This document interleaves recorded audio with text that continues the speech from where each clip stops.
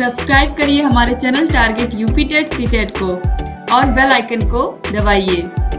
Hello दोस्तों, मैं आनंद स्वागत करता हूं आप सभी का आपके अपने चैनल और app target UP TET CTET में। दोस्तों, आज के इस क्लास में हम आपके डीएलएड थर्ड सेमेस्टर का जो कंप्यूटर विषय है उसका पूरा सिलेबस इस वीडियो में, इस क्लास में पूरा हम लोग देखने वाले हैं। यह आपकी मास्टर क्लास है जिसमें आपको पूरा जो सिलेबस होता है सब्जेक्ट का हम लोग एक ही वीडियो में पूरा पढ़ा देते हैं और अच्छे से सारी चीजें आपको समझा देते हैं, सभी टॉपिक्स को, और सभी टिप्स और ट्रिक्स भी आपको बता देते हैं। तो यही मास्टर क्लास आपकी होने वाली कंप्यूटर की। इसको अधिक से अधिक आप शुरू में ही शेयर कर दीजिए। बहुत लोग कमेंट करते हैं, कंफ्यूज रहते हैं कि इस सब्जेक्ट की मास्टर क्लास करा दीजिए, इस सब्जेक्ट की, जबकि हमने सभी सब्जेक्ट्स की मास्टर क्लास करा दी है।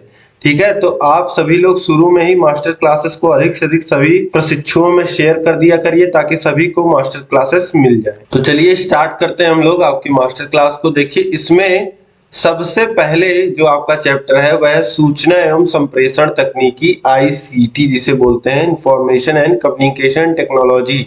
और इसी चैप्टर पे सारा सब कुछ आपका बेस्ड है, इसी आईसीटी पे, सूचना एवं संप्रेषण तकनीकी पे यह पूरा आपका जो कंप्यूटर का सिलेबस है। 5 चैप्टर हैं इसमें, पांचों चैप्टर में आपको आईसीटी से जुड़ी हुई चीजें ही पढ़नी है। इसी आईसीटी को विस्तार में पढ़ना है।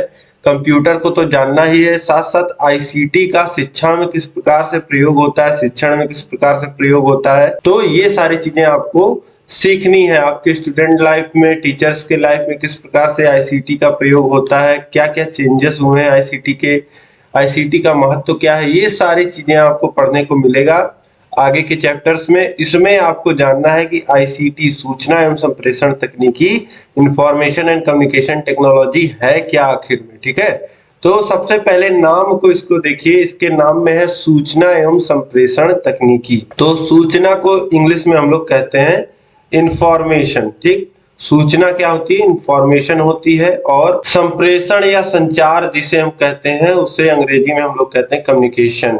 संचार, संप्रेषण या कम्युनिकेशन कहें, यह तीनों एक बात है। और प्रौद्योगिकी कहें या तकनीकी कहें तो उसका मतलब क्या होता है, टेक्नोलॉजी से होता है। ठीक, तो आप समझ पा रहे होंगे सूचना एवं संप्रेषण तकनीकी को क्या कहते हैं इंग्लिश में, इंफॉर्मेशन एंड कम्युनिकेशन टेक्नोलॉजी। अब यह होता क्या है सूचना एवं संप्रेषण तकनीकी, तो देखिए, सूचना एवं संप्रेषण तकनीकी ने वर्तमान में सूचना के आदान प्रदान में एक क्रांतिकारी भूमिका का निर्वहन किया है। इसके द्वारा संपूर्ण सूचनाएं जो विभिन्न क्षेत्रों से संबंधित होती हैं उन्हें एक स्थान पर बैठे बैठे प्राप्त किया जा सकता है।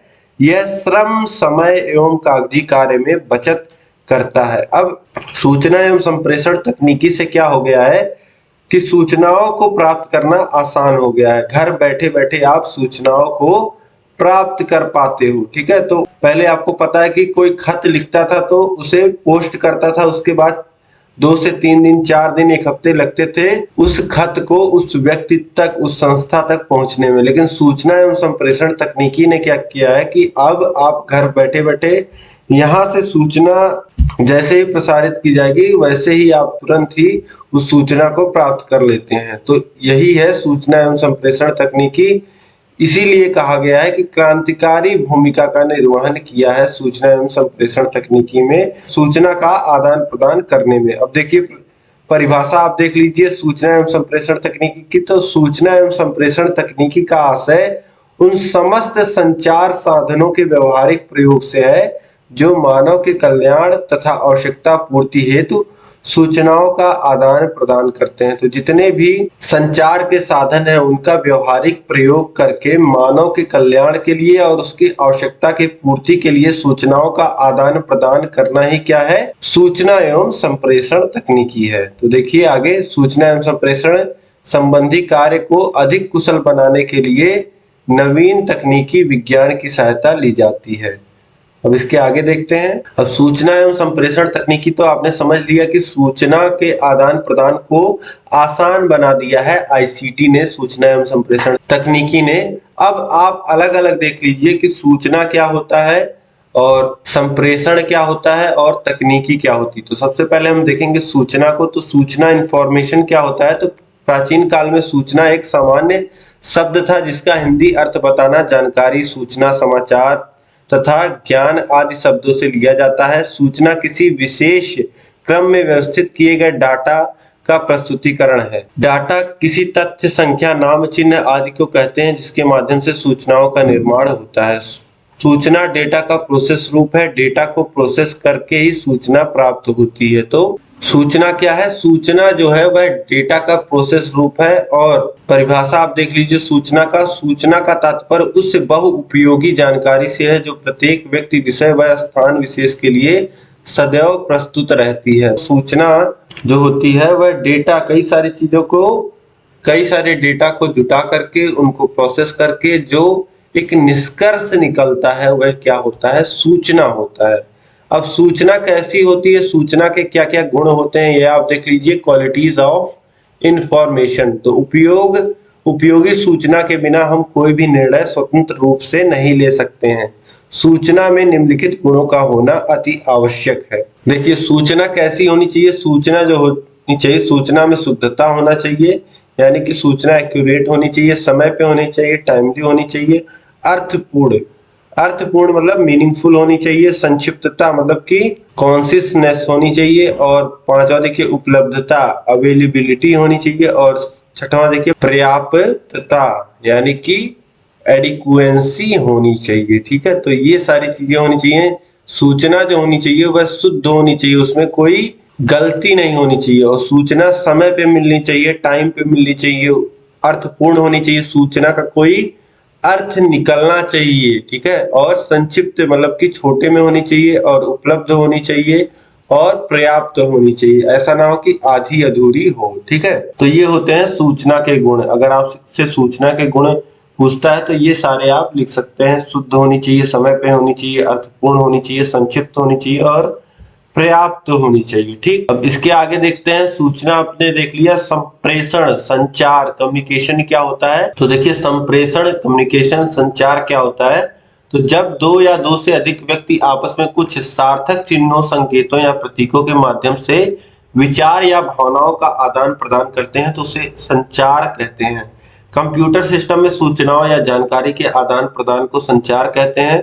जब हम दो या दो से अधिक कंप्यूटर सिस्टम में डेटा, सूचनाओं का आदान प्रदान करते हैं तो उसे नेटवर्क कहते हैं, जो कि संचार का एक माध्यम है। ठीक है, तो आप समझ पा रहे होंगे कि संचार क्या होता है। एक जो सार्थक चिन्ह, संकेत होते हैं या प्रतीक जिसे हम बोलते हैं, उनका आदान प्रदान या भावनाओं का आदान प्रदान किन्हीं दो व्यक्तियों के बीच में या कंप्यूटर के बीच में सूचना का आदान प्रदान क्या कहलाता है? संप्रेषण कहलाता है। ठीक है, और यही दो या दो से अधिक कंप्यूटर के बीच में जब सूचनाओं का आदान प्रदान होता है तो उसे हम नेटवर्क कहते हैं, और इसी नेटवर्क के माध्यम से संचार होता है। ठीक, अब इसके आगे देखिए प्रौद्योगिकी, टेक्नोलॉजी क्या होता है? तो वांछित उद्देश्यों की प्राप्ति के लिए वैज्ञानिक विधियों से सुव्यवस्थित अंतर संबंधित भागों की प्रणाली को प्रौद्योगिकी या तकनीकी कहते हैं, अथवा वैज्ञानिक ज्ञान को व्यवहारात्मक रूप में प्रयोग करने को तकनीकी कहते हैं। तो जो भी वैज्ञानिक द्वारा जो सारी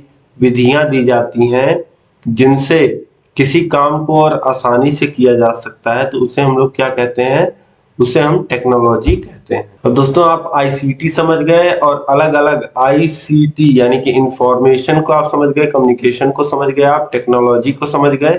अब आईसीटी के आगे हम देखेंगे आईसीटी का क्या क्या लाभ है और उसके क्या क्या एप्लीकेशन, अनुप्रयोग हैं। तो सूचना एवं संप्रेषण तकनीकी आईसीटी के लाभ एवं अनुप्रयोग, advantage and application of ICT.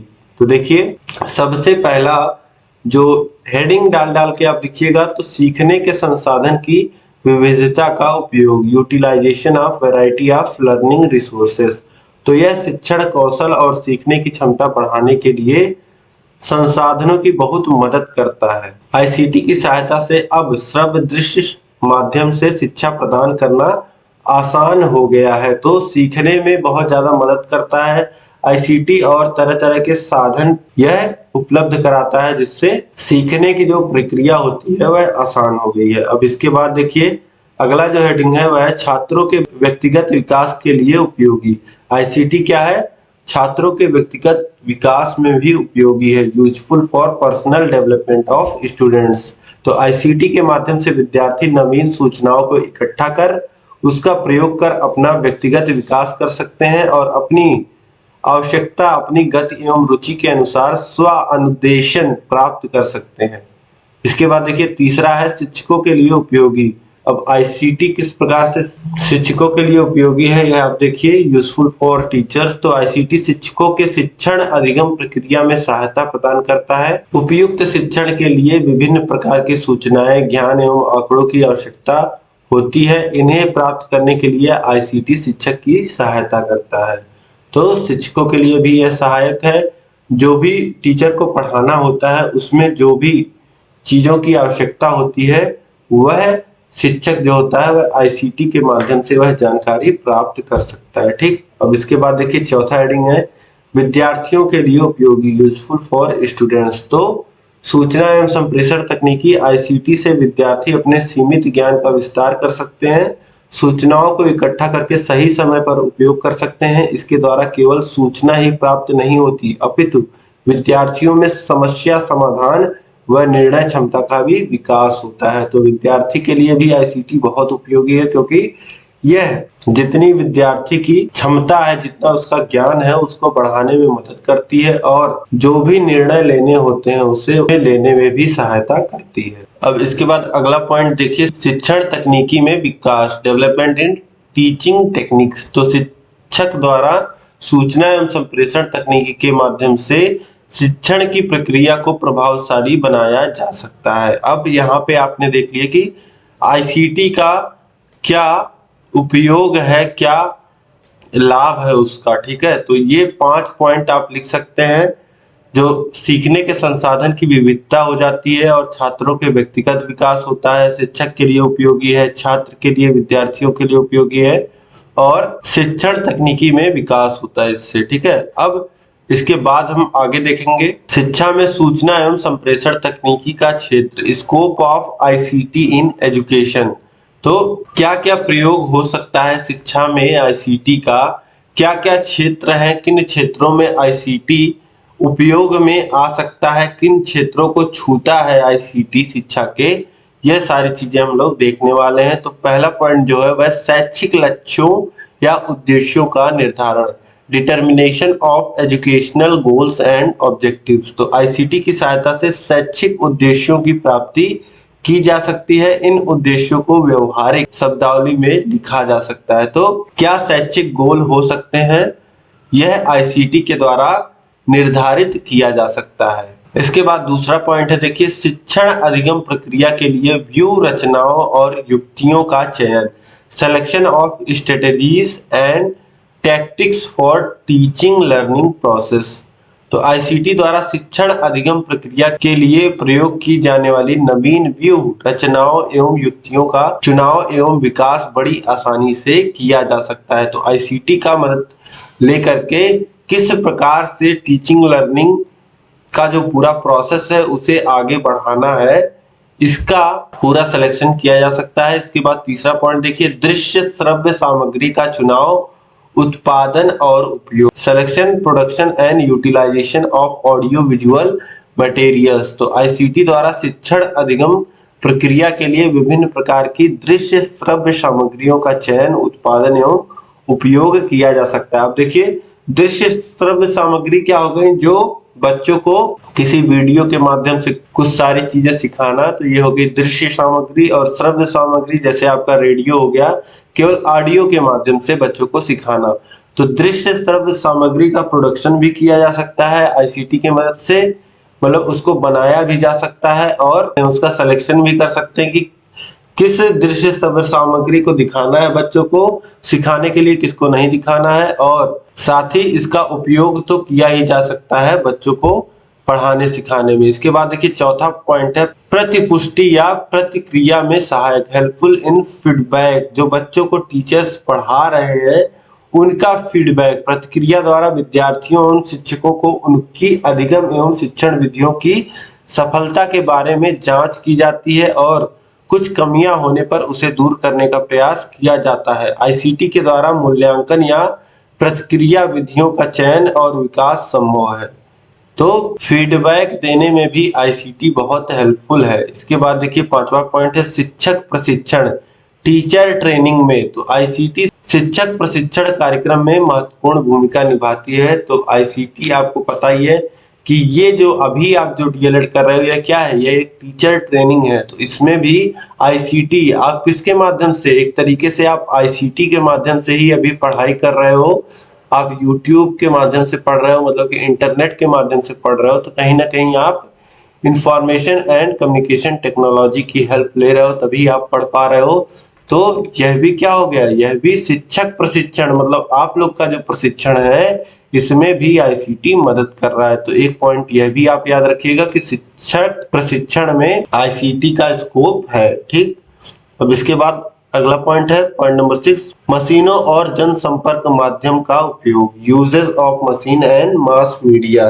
तो आईसीटी का कार्य क्षेत्र मशीनों एवं अन्य जनसंपर्क माध्यमों तक फैला है। आईसीटी इन मशीनों, हार्डवेयरों, उपकरणों का उपयोग करने के लिए कार्य करती है। इन मशीनों में radio, television, tape recorder, film projector, satellite, computer, internet आदि हैं। तो आईसीटी क्या करता है, तरह तरीके के जो मशीनें होती हैं, हार्डवेयर होता है, उनका भी उपयोग करता है। तो यहाँ पे दोस्तों आपने देख लिए 6 पॉइंट। आईसीटी का पूरा स्कोप आपने देख लिया कि शिक्षा में किस प्रकार से आईसीटी के क्या क्या क्षेत्र हैं। तो यह शैक्षिक उद्देश्यों का निर्धारण भी कर सकता है और किस प्रकार से शिक्षण अधिगम प्रक्रिया को चलाना है इसको भी निर्धारित कर सकता है। और दृश्य श्रव्य सामग्री का चुनाव, उत्पादन और उपयोग इसकी मदद से किया जाता है। और फीडबैक जो प्रतिपुष्टि की प्रक्रिया है उसमें सहायक होता है।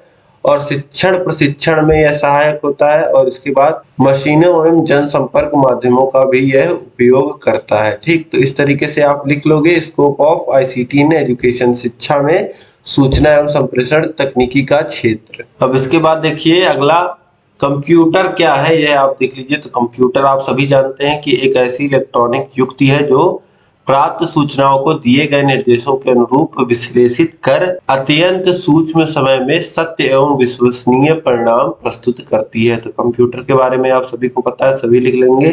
कंप्यूटर की विशेषताएं क्या होती हैं, कंप्यूटर की विशेषताएं आपको पता है कि यह हाई स्पीड पे काम करता है, तीव्र गति पे, और शुद्धता है, बिल्कुल एक्यूरेट काम करता है। और यह विश्वसनीय है, इस पे आप रिलायबिलिटी इसकी जो होती है इस पे आप रिलाई कर सकते हो। इसके बाद देखिए अगला पॉइंट है विशाल भंडारण क्षमता, हाई स्टोरेज कैपेसिटी होती है कंप्यूटर में, यह आप सभी को पता है। इसके बाद आगे देखिए दोस्तों कंप्यूटर का block diagram, block diagram of computer. तो यहाँ पे ध्यान से आप देखिए ब्लॉक डायग्राम कैसे बनता है कंप्यूटर का। तो देखिए यह है कंप्यूटर का ब्लॉक डायग्राम। अब इसमें क्या क्या चीजें होती हैं, तो सबसे पहले आपको पता है, आप अपने दिमाग में इमेजिन करिए, जब भी आप कंप्यूटर चलाते हो तो सबसे पहले आप क्या करते हो, आप किसी बटन से दबाते हो, आप कुछ उसमें डेटा देते हो, कुछ इंस्ट्रक्शन देते हो। तो किसके माध्यम से देते हैं, इनपुट यूनिट के माध्यम से देते हैं। इनपुट यूनिट में क्या क्या आता है, कीबोर्ड आता है, माउस आता है, स्कैनर आता है, ये सब इनपुट डिवाइसेस होती हैं। तो इनपुट यूनिट होती है उसमें, और आपका डेटा जाकर के कहीं स्टोर होता है। तो स्टोरेज यूनिट होती है जिसमें प्राइमरी स्टोरेज होता है और सेकेंडरी स्टोरेज होता है। ठीक, इसके बाद आपने देखा होगा कंप्यूटर में क्या होता है, लगा होता है सीपीयू, सेंट्रल प्रोसेसिंग यूनिट होती है कंप्यूटर में। ठीक है, तो उसमें क्या होता है, कंट्रोल यूनिट होता है और अर्थमेटिकल एंड लॉजिकल यूनिट होती है। ठीक, इसके बाद उसमें आउटपुट यूनिट होती है। आउटपुट यूनिट में क्या है, जैसे मॉनिटर हो गया, आपका प्रिंटर हो गया, ये सारी चीजें क्या है, आउटपुट यूनिट है। तो मुख्यतः यह 4 भाग आपके हो गए, इनपुट, आउटपुट, स्टोरेज और सीपीयू। तो ये ब्लॉक डायग्राम आप बना सकते हैं कंप्यूटर का।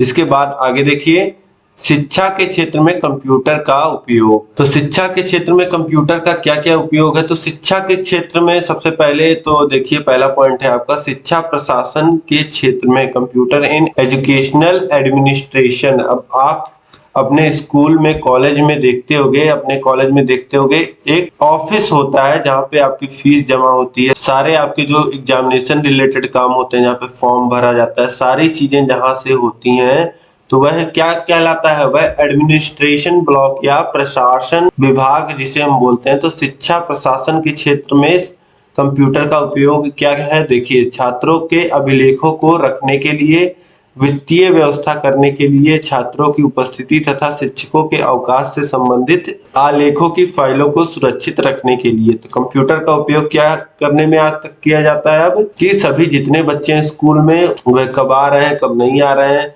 जितने स्कूल हैं टीचर में वह कब आ रहे हैं कब नहीं आ रहे हैं, किस बच्चे की कितनी फीस आई है, किस टीचर की कितनी सैलरी दी गई है, और ये सारे अभिलेखों को सुरक्षित रखने में कंप्यूटर का प्रयोग होता है। और कहाँ कंप्यूटर का प्रयोग होता है, देखिए शिक्षण परिस्थितियों में कंप्यूटर। तो कंप्यूटर इन टीचिंग सिचुएशंस, जब पढ़ाने का काम होता है तो कंप्यूटर का किस प्रकार से उपयोग होता है। अब देखिए, छात्रों के पंजीकरण के लिए पूर्व प्रशिक्षण की व्यवस्था करना, प्राप्तांकों एवं प्रशिक्षणों को प्रयोग में लाना, नए पाठ्यक्रम के विकास के लिए। तो शिक्षण परिस्थितियों में भी कंप्यूटर का उपयोग होता है इसमें। अब इसके बाद अगला पॉइंट देखिए, अनुसंधान कार्यों में कंप्यूटर इन रिसर्च। तो इसके द्वारा विशाल प्रदत्तों का विश्लेषण कुछ घंटों में हो जाता है, कंप्यूटर द्वारा प्राप्त परिणाम शुद्ध होते हैं। तो रिसर्च वर्क में भी इसका प्रयोग किया जाता है कंप्यूटर का, और यह जितने भी विश्लेषण होते हैं वह जल्दी से कर देता है। इसके बाद देखिए चौथा पॉइंट, दूरस्थ शिक्षा में कंप्यूटर इन डिस्टेंस एजुकेशन।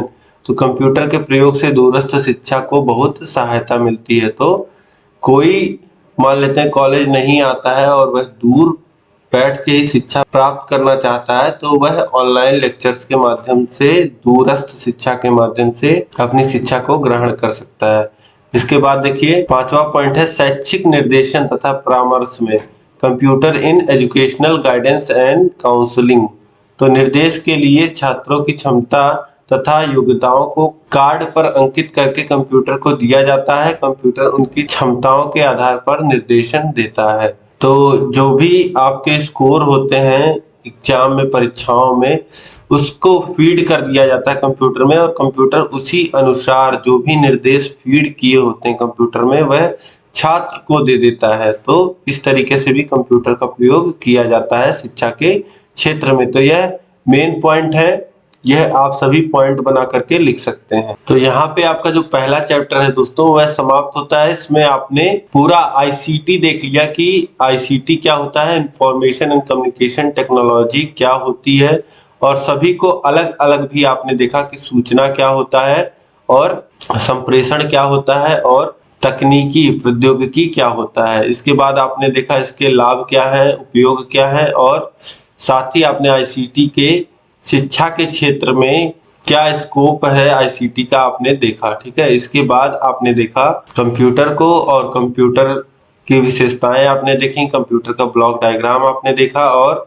साथ ही कंप्यूटर के उपयोग शिक्षा के क्षेत्र में क्या है यह आपने देखा। अब इसके बाद हम आपका देखेंगे सेकंड चैप्टर। दूसरा जो चैप्टर है दोस्तों आपका वह है शिक्षकों के लिए आईसीटी फॉर टीचर्स। तो इसमें देखते हैं हम लोग, यह जो चैप्टर है इसमें आपको पढ़ना है कि शिक्षकों के लिए किस प्रकार से आईसीटी उपयोग में आता है। ठीक है, ये सारी चीजें देखते हैं। तो चलिए स्टार्ट करते हैं। देखिए, शिक्षकों के ज्ञान वृद्धि हेतु आईसीटी का उपयोग, usages of ICT to increase teachers knowledge. ICT का प्रयोग करके किस प्रकार से शिक्षक का जो नॉलेज है वह बढ़ाया जाता है, यह आप देख लीजिए। देखिए पहला पॉइंट है, शिक्षण कार्य की कार्य कुशलता में वृद्धि। सूचना एवं संचार प्रौद्योगिकी आईसीटी के माध्यम से शिक्षण में विषय विशेष के कुशलता पूर्वक स्पष्ट करने का अवसर मिलता है, जिससे शिक्षक की कुशलता का आभास होता है। अब आईसीटी के माध्यम से टीचर क्या करता है, कुशलता पूर्वक मतलब कि बहुत ही आसानी से चीजों को, कॉन्सेप्ट को स्पष्ट कर देता है, और जिससे यह अनुभव होता है कि शिक्षक बहुत कुशल है। इसके बाद देखिए शिक्षण कार्य में सरलता। शिक्षण कार्य में सरलता हो जाती है आईसीटी के द्वारा। छात्र किसी भी विषय से संबंधित ज्ञान विषय को सीडी, रेडियो, कंप्यूटर इत्यादि के माध्यम से सरलता से अर्जित कर रहे हैं। तो शिक्षण कार्य में सरलता भी हो जाती है आईसीटी की मदद से। जो दृश्य श्रव्य सामग्री है वह शिक्षक विद्यार्थियों को सुना सकते हैं, और इससे सरलता से ज्ञान अर्जन किया जा सकता है। इसके बाद देखिए समय की बचत हो जाती है। तो शिक्षण अधिगम में आईसीटी से पढ़ाने तथा अध्ययन कार्य कराने में समय की बचत हो रही है, और दूरस्थ शिक्षा में सहायक। वर्तमान में दूरदर्शन, रेडियो तथा टेप रिकॉर्डर के माध्यम से दूर दराज में बैठे छात्र इसका लाभ उठा रहे हैं। तो दूरस्थ शिक्षा में भी आईसीटी का बहुत उपयोग है। इसके बाद देखिए 5वां पॉइंट है नवीन शोध कार्य में सहायक। तो शिक्षण और अधिगम प्रक्रिया के क्षेत्र में नए नए शोध कार्य होते आ रहे हैं। आईसीटी के माध्यम से नवीन शोध कार्य करने में विशेष सहायता मिलती है। तो नवीन शोध कार्य जब करता है शिक्षक तो उसके ज्ञान में वृद्धि होती है। इस प्रकार से आप यहाँ पे देख पा रहे हैं सभी पॉइंट्स को कि शिक्षक के ज्ञान में वृद्धि होती है, वह और कुशलता से कम समय में चीजों को बता पाता है, जिससे उसके ज्ञान में वृद्धि होती है और उसके कुशलता का पता चलता है। अब इसके आगे हम देखेंगे। देखिए अगला पॉइंट है हमारा शिक्षक के व्यावसायिक विकास में आईसीटी, मतलब कि टीचर का प्रोफेशनल डेवलपमेंट किस प्रकार होता है आईसीटी के माध्यम से, यह हमें देखना है। तो देखिए पहला पॉइंट है आईसीटी शिक्षण अधिगम को संचालित करने के लिए शिक्षकों को बल प्रदान करता है। उसमें विषय वस्तु संबंधी क्षमताओं के विकास के साथ साथ उपकरणों के संचालन का ज्ञान प्रदान करता है। तो टीचर जब भी पढ़ाते हैं तो उनको एक बल मिलता है आईसीटी के माध्यम से। वह जो विषय वस्तु होता है, जो सिलेबस होता है और जो सारी चीजें हैं उसको आईसीटी के माध्यम से टीचर बहुत ही आसानी से पढ़ा पाता है। और इसमें पढ़ाने के दौरान जो उपकरण उपयोग में आते हैं उसके बारे में भी आईसीटी शिक्षक को ज्ञान प्रदान करता है। दूसरा पॉइंट है आईसीटी शिक्षक के शिक्षण शैली में नवीनता तथा नवाचार लाता है। अब कोई टेक्नोलॉजी नई आ गई, जैसे मान लेते हैं पहले आपको बोर्ड पे टीचर पढ़ा रहे थे, अब प्रोजेक्टर पे पढ़ा रहे हैं। तो प्रोजेक्टर पे पढ़ाएंगे तो अलग तरीके से पढ़ाएंगे और उसमें नवीनता आएगी, उनके पढ़ाने का ढंग भी थोड़ा चेंज होगा। अब इसके बाद देखिए तीसरा पॉइंट है आईसीटी शिक्षण अधिगम सामग्री।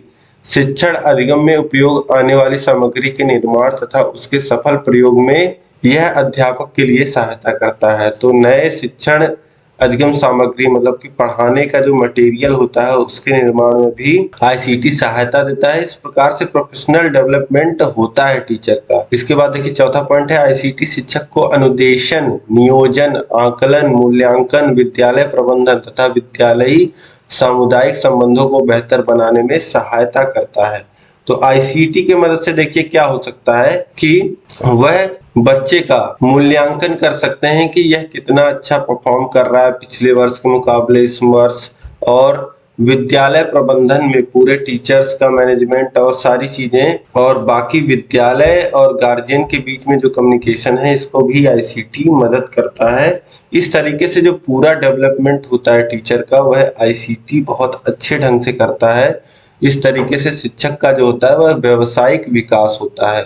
अब इसके बाद अगला पॉइंट देखिए शिक्षक के व्यावसायिक विकास के लिए आईसीटी साधन। तो शिक्षक के विकास के लिए कौन कौन से साधन हैं, तो देखिए आईसीटी द्वारा शिक्षक के व्यावसायिक विकास को सुगम बना दिया गया है। इसमें बहुत से ऑनलाइन साधन हैं। प्रमुख आईसीटी साधन निम्नलिखित है। Mock, massive open and online course, और दूसरा देखिए सोशल मीडिया नेटवर्क, तीसरा है वेब कॉन्फ्रेंसिंग और चौथा है ऑनलाइन वीडियो शिक्षण चैनल। इस प्रकार से आप समझ पा रहे होंगे कि ये कई सारे साधन हैं जिसके द्वारा शिक्षक अपने आप को और अपने ज्ञान को बढ़ा सकता है। ठीक है, अब इसके आगे हम लोग देखेंगे कंप्यूटर नेटवर्क। तो देखिए दोस्तों कंप्यूटर नेटवर्क क्या होता है। जब हम दो या दो से अधिक कंप्यूटर को एक दूसरे से केबल या अन्य किसी माध्यम से जोड़ते हैं तो उसे कंप्यूटर नेटवर्क कहते हैं। इसका मुख्य उद्देश्य दो अलग स्थानों पर कंप्यूटर को जोड़ने के लिए किया जाता है। इसमें केबल, टेलीफोन लाइन, उपग्रह साधन प्रमुख है। अब इसके बाद देखिए कंप्यूटर नेटवर्क आप समझ पा रहे होंगे कि कंप्यूटर को दो या दो से अधिक कंप्यूटरों को जोड़ दिया जाता है और उनके बीच सूचना का आदान प्रदान किया जाता है इसी नेटवर्क के द्वारा। इसी को हम क्या कहते हैं, कंप्यूटर नेटवर्क कहते हैं। इसके आगे देखिए कंप्यूटर नेटवर्क के उपयोग एवं अनुप्रयोग। तो पहला है सूचनाओं का आदान प्रदान। पहला जो उपयोग है मैंने आपको परिभाषा में ही बताया कि नेटवर्क से जुड़े अलग अलग कंप्यूटरों के मध्य सूचनाओं के परस्पर आदान प्रदान में सहायता मिलती है इससे, कंप्यूटर नेटवर्क से। और दूसरा देखिए संप्रेषण सुविधाएं प्रदान करना। नेटवर्क प्रणाली ने दूरियां मिटा करके संप्रेषण प्रक्रिया को बहुत ही सरल बना दिया है। इंटरनेट के माध्यम से कहीं भी बैठे व्यक्ति को अपना संदेश शीघ्र प्रेषित किया जा सकता है। तो कम्युनिकेशन जो जनरल लोगों का कम्युनिकेशन है उनमें भी सुविधाएं प्रदान किया है कंप्यूटर नेटवर्क ने। इसके बाद देखिए तीसरा है केंद्रीय सूचना भंडारण से लाभान्वित होना। आजकल अधिकांश व्यापारी या उद्योगपति ऑनलाइन व्यापार में भी संलग्न हैं। वे अपने कंप्यूटर में समस्त सूचनाएं रखते हैं। नेटवर्क प्रणाली आवश्यकता पड़ने पर उन्हें वांछित सूचनाएं उपलब्ध कराती है। तो आपको पता है कि आजकल व्यापार भी है जो है वह इंटरनेट के माध्यम से, कंप्यूटर नेटवर्क के माध्यम से हो रहा है, और इसमें व्यापारी जो होता है अपने चीजों को अप टू डेट रखता है, जिससे बहुत ही आसानी से वह अपना बिजनेस रन कर पाता है। इसके बाद अगला पॉइंट देखिए, उपयुक्त संसाधनों का प्रयोग करना। तो नेटवर्क प्रणाली द्वारा किसी भी मूल्यवान उपकरण को परस्पर सहयोग से उपयोग किया जा सकता है। तो कोई मान लेते हैं बड़ा सुपर कंप्यूटर है जिसका उपयोग अगर आपको करना है, या कोई क्लाउड स्टोरेज है जिसका उपयोग आपको करना है, तो ये सारी चीजें भी आप कंप्यूटर नेटवर्क के माध्यम से कर सकते हैं। ठीक है, तो यहाँ पे आप समझ गए कि कंप्यूटर नेटवर्क क्या होता है। उसके बाद आप समझ गए कि कंप्यूटर नेटवर्क का उपयोग और अनुपयोग क्या क्या है। ठीक है, अब इसके बाद आगे हम देखते हैं कंप्यूटर नेटवर्क के भाग, पार्ट्स ऑफ नेटवर्क। तो नेटवर्क में क्या क्या चीजें होती हैं, किन किन चीजों से नेटवर्क बना होता है, यह आप देख लीजिए। तो पहला होता है सर्वर। सर्वर नेटवर्क के उस भाग को कहते हैं जो उपयोगकर्ता को विभिन्न सुविधाएं जैसे फाइलों का अंतरण करना, प्रिंट करना, शेयर करना, एक स्थान से दूसरे स्थान पर डेटा को भेजना आदि होता है। तो सर्वर क्या करता है दोस्तों? सर्वर मैंने आपको बताया है डायग्राम के माध्यम से कि जो भी आप रिक्वेस्ट करते हो वह सर्वर पे जाता है। चाहे आप किसी फाइल को डाउनलोड करना चाहते हो तो वो फाइल कहाँ से डाउनलोड होती है? सर्वर से होती है। तो सर्वर जो उपयोग करता है, जो क्लाइंट है, उसके लिए विभिन्न प्रकार की सुविधाएं प्रदान करता है। जैसे आप कोई फाइल डाउनलोड कर रहे हो, या कोई फाइल आप अपलोड करके रखना चाह रहे हो इंटरनेट पर, या कोई फाइल इंटरनेट पे मौजूद है जिसे आप दूसरे को भेजना चाह रहे हो, तो यह सारे काम क्या करता है? सर्वर करता है। और दूसरा क्या है? क्लाइंट, जो उपयोग करता है।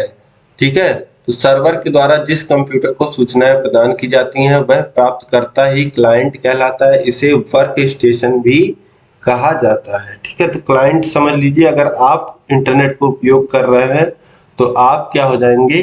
क्लाइंट हो जाएंगे। तीसरा देखिए रूटर्स। तो रूटर्स क्या होते हैं? यह एक प्रकार के हार्डवेयर डिवाइस हैं जो डेटा को कंप्यूटर नेटवर्क को भेजता है।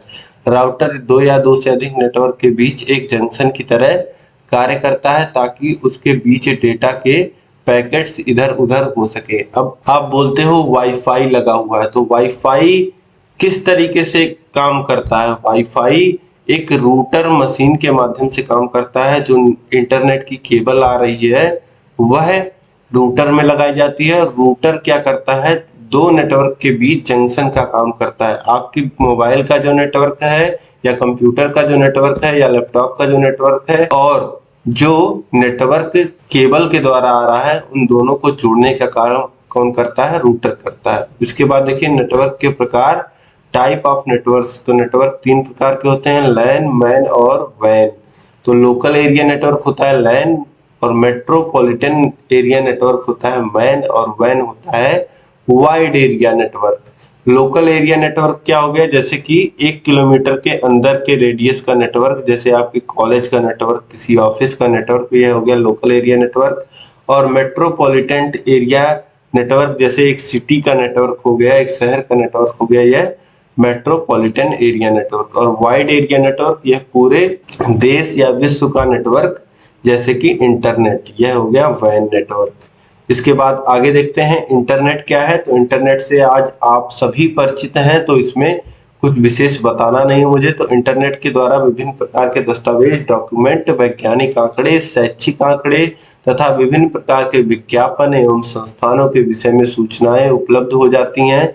ये सूचनाएं दुनिया के किसी भी कोने में किसी भी समय शीघ्रता व सुगमता से प्राप्त की जा सकती हैं। इंटरनेट एक ऐसी जगह है जहां पर आप कई प्रकार की जानकारी प्राप्त कर सकते हैं। जानकारी को औरों तक निःशुल्क या सशुल्क पहुंचा सकते हैं, तथा जहां आप अन्य लोगों से मिल सकते हैं। तो इंटरनेट पे कई तरीके की जानकारी, आंकड़े मौजूद रहते हैं, आपको पता है, विज्ञापन, वीडियोस मौजूद रहती हैं। तो इन सारी चीजों को आप बहुत ही शीघ्रता से, सुगमता से विश्व में किसी भी कोने पे बैठ करके एक्सेस इंटरनेट के माध्यम से कर सकते हैं। इसके बाद देखिए इंटरनेट के घटक, कंपोनेंट ऑफ इंटरनेट।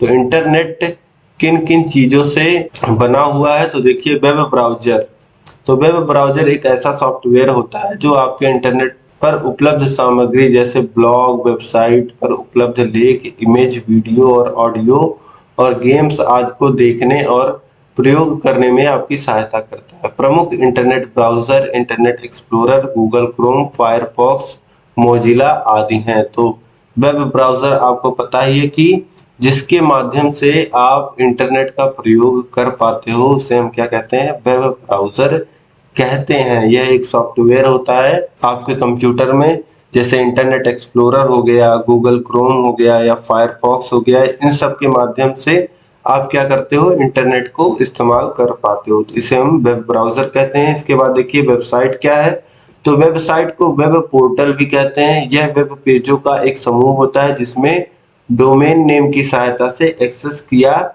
जा सकता है। टेक्स्ट सूचनाओं की एक ऐसी फाइल जिसे HTML का प्रयोग कर बनाया जाता है वेब पेज कहलाता है। तो वेब पेज आपको पता है दोस्तों, गूगल पे जब आप कुछ भी सर्च करते हो तो उस सर्च से रिलेटेड आपको वेबसाइट्स देखने को मिलती हैं।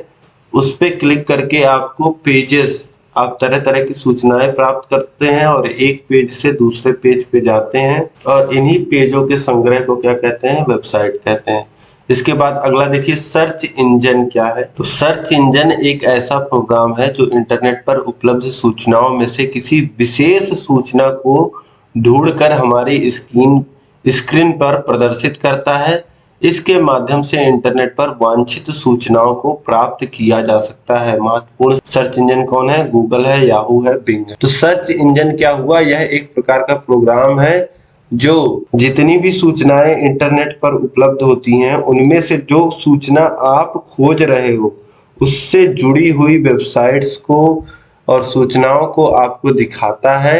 इसे हम लोग क्या कहते हैं, सर्च इंजन कहते हैं। जैसे आपको इस समय सबसे जो फेमस सर्च इंजन है वह है गूगल। तो आपको कुछ भी खोजना होता है, किसी चीज से जुड़ी हुई जानकारी चाहिए होती है तो आप उसको गूगल पे सर्च करते हो। अब इसके बाद अगला प्रश्न देखिए, कॉम्पैक्ट डिस्क CD क्या है। तो कॉम्पैक्ट डिस्क CD नाम से बाजार में प्रचलित है। वर्तमान में सबसे ज्यादा यही प्रयोग में लाई जाती है। इस पर 800 MB तक डेटा स्टोर किया जा सकता है। इसकी स्पीड अत्यंत तीव्र है। CD 3 प्रकार की होती है, CD-ROM और CDR और CDRW। तो पहले देख लेते हैं CD-ROM क्या होता है। तो इसका पूरा नाम है compact disc read only memory, अर्थात ऐसी CD जिसे पढ़, सुन तथा देख सकते हैं परंतु ना इस पर स्टोर कर सकते हैं और ना ही डेटा मिटा सकते हैं। ठीक है, तो CD-ROM नाम से ही पता है रीड ओनली मेमोरी। CD-ROM अगर हो गया तो वह रीड ओनली मेमोरी है, उस पे जो भी लिख दिया गया उसको आप पढ़ सकते हो या सुनने लायक है तो सुन सकते हैं, देखने लायक तो देख सकते हैं। ये सारी चीजें आप कर सकते हैं, लेकिन उस पे जो डेटा है ना आप उसको मिटा सकते हैं ना उसके जगह दूसरा डेटा आप डाल सकते हैं। दूसरा पॉइंट है CDR, तो कॉम्पैक्ट डिस्क रिकॉर्डेबल, तो इस पर एक बार राइट कर अनेक बार रीड कर सकते हैं। तो CDR पे आप एक बार, वह खाली डिस्क होती है, उस पे आप चाहे तो कुछ राइट कर दीजिए और उसके बाद उस जो आपने राइट किया उसे बार बार रीड कर सकते हैं। इसके बाद देखिए CDRW, तो यह क्या है, कॉम्पैक्ट डिस्क री राइटेबल, अर्थात कई बार रिकॉर्ड या राइट करने योग्य। इस प्रकार डेटा अनेक बार राइट एवं रीड किया जा सकता है। तो इस पे सारी बाउंडेशन खत्म हो जाती हैं, आप चाहे कितनी बार भी रीड राइट कर सकते हो। तो 3 तरीके की डिस्क आपने देखी, CD-ROM, CDR, CDRW। अब यह देख लिया दोस्तों। इसके बाद आगे हम देखते हैं डिजिटल वीडियो डिस्क यानी कि DVD जिसे हम लोग बोलते हैं। यह क्या होता है, तो इसे सामान्यतः DVD के नाम से जाना जाता है। DVD CD जैसी ही होती है। DVD में CD की तुलना में 7 गुना ज्यादा डेटा आ सकता है। तो DVD क्या हो गया, एक नेक्स्ट वर्जन हो गया CD का जिसपे अधिक डेटा स्टोर किया जा सकता है। ठीक, अब इसके बाद देखिए प्रोटोकॉल क्या होता है। तो प्रोटोकॉल संचार के नियमों का संग्रह करता है। जो संचार के नियम होते हैं उन्हें ही हम प्रोटोकॉल कहते हैं। कम्युनिकेशन के जो नियम होते हैं वह प्रोटोकॉल कहलाते हैं। जब भी कोई सूचना या डेटा एक कंप्यूटर से दूसरे कंप्यूटर में प्रेषित होती है तो यह प्रेषण के कुछ नियम के अनुसार होती है जिन्हें प्रोटोकॉल कहते हैं। सबसे कॉमन और ज्ञात प्रोटोकॉल है HTTP, जो कि डेटा को इंटरनेट में ट्रांसमिट तथा एक्सचेंज करने के काम में आता है। अब डेटा कहीं जा रहा है, कहीं से आ रहा है, ठीक है, तो उसके कुछ नियम होंगे। तो यह नियम जो होते हैं इन्हीं को हम प्रोटोकॉल कहते हैं। और सबसे कॉमन जो प्रोटोकॉल है वह कौन सा प्रोटोकॉल है जो बहुत यूज होता है डेटा के ट्रांसमिट में, वह है HTTP। अब इसके बाद अगला देखिए, गेटवे क्या होता है। तो गेटवे एक नेटवर्क नोड है जो एक साथ विभिन्न प्रोटोकॉल का उपयोग करके दो नेटवर्क को जोड़ता है। सबसे कॉमन गेटवे है राउटर, जो घर पर या इंटरप्राइजेस के नेटवर्क को इंटरनेट से जोड़ता है, ठीक है। तो गेटवे क्या हुआ, दो नेटवर्क को जोड़ने का जो काम होता है वह गेटवे का होता है। इसके बाद देखिए अगला, मॉडेम क्या है। तो मॉड्यूलेटर डिमॉड्यूलेटर को हम लोग क्या कहते हैं, संक्षिप्त रूप में मॉडेम कहते हैं। यह एक ऐसी युक्त डिवाइस होती है जो किसी आंकिक डिजिटल सूचना को मॉड्यूलेट करके एनालॉग प्रारूप में भेजती है, और एनालॉग प्रारूप में इसे सिग्नल मिलता है उसे ही मॉड्यूलेट करके डिजिटल रूप में ग्रहण करती है। यह किसी संचरण के माध्यम से ट्रांसमिशन मीडिया और आंकिक मशीन जैसे कंप्यूटर के बीच संचार स्थापित करने के लिए आवश्यक अवयव है। तो आप मॉडेम समझ पा रहे होंगे दोस्तों, इसे हम लोग मॉड्यूलेटर डिमॉड्यूलेटर बोलते हैं। और यह क्या करता है, यह जो डिजिटल सूचना प्राप्त होती है उसे मॉड्यूलेट कर करके एनालॉग फॉर्म में भेजता है, ठीक है। डिजिटल रूप में जो सूचना प्राप्त हुई उसे एनालॉग फॉर्म में भेजा, और जो इसे एनालॉग फॉर्म में सिग्नल मिलता है उसे मॉड्यूलेट करके यह डिजिटल फॉर्म में ग्रहण करता है, ठीक है। तो आप समझ पा रहे होंगे। और यह बहुत ही इम्पोर्टेंट होता है संचार व्यवस्था को स्थापित करने में। आपको पता है कि आपके कंप्यूटर में अगर इंटरनेट चलाना होता था पहले, तो आप किसका प्रयोग करते थे, मॉडेम का प्रयोग करते। अब इसके बाद दो फुल फॉर्म आप लोग याद रखिएगा, URL और WLL। तो URL का मतलब होता है यूनिफॉर्म रिसोर्स लोकेटर, और WLL का फुल फॉर्म होता है वायरलेस लोकल लूप, ठीक। अब इसके बाद यहाँ पे आपका जो सेकंड चैप्टर है यह पूरा समाप्त होता है। यहाँ पर आपने दोस्तों देख लिया कि शिक्षा में किस प्रकार से, शिक्षकों के लिए किस प्रकार से ICT बहुत ही महत्वपूर्ण है, ठीक है। इसमें आपने बाकी चीजें भी देख ली, कंप्यूटर नेटवर्क भी देख लिया, नेटवर्क के कौन कौन से भाग होते हैं, ये सारी चीजें आपने सीख ली। अब आगे हम लोग देखेंगे आपका यूनिट 3। अब जो अगला यूनिट है दोस्तों आपका यूनिट नंबर 3, उसका नाम है शिक्षा के लिए ICT का उपयोग। मतलब शिक्षा में किस प्रकार से हम ICT का उपयोग करते हैं शिक्षा प्रदान करने के लिए, यह हमें देखना है इस यूनिट में। और इस यूनिट में आपको जो चीजें पढ़नी है वह स्मार्ट क्लासेस हैं, और प्रोजेक्टर आपको जानना है, प्रोजेक्टर क्या है, फिर शैक्षिक ऑडियो वीडियो क्या होते हैं, और ई प्रयोगशाला, ई पुस्तकालय, इसके साथ ही दूरस्थ शिक्षा, टेलीकॉन्फ्रेंसिंग, वीडियो कॉन्फ्रेंसिंग, फिर उसके बाद प्रसार भारती की सेवाएं आपको जानना है, इसमें रेडियो सेवा, दूरदर्शन सेवा, और इसके साथ आपको जानना है विस्तृत खुला ऑनलाइन पाठ्यक्रम। तो ये सारी चीजें आपको सीखनी है इस यूनिट में। तो चलिए देखते हैं। सबसे पहले हम देखेंगे स्मार्ट क्लासेस। तो देखिए स्मार्ट क्लासेस क्या होती हैं और शिक्षण में इनका प्रयोग किस प्रकार से किया जाता है, ये हम लोग देखने वाले हैं। तो चलिए देखिए, स्मार्ट क्लासेस शिक्षा के क्षेत्र में यह एक विशिष्ट तकनीकी है।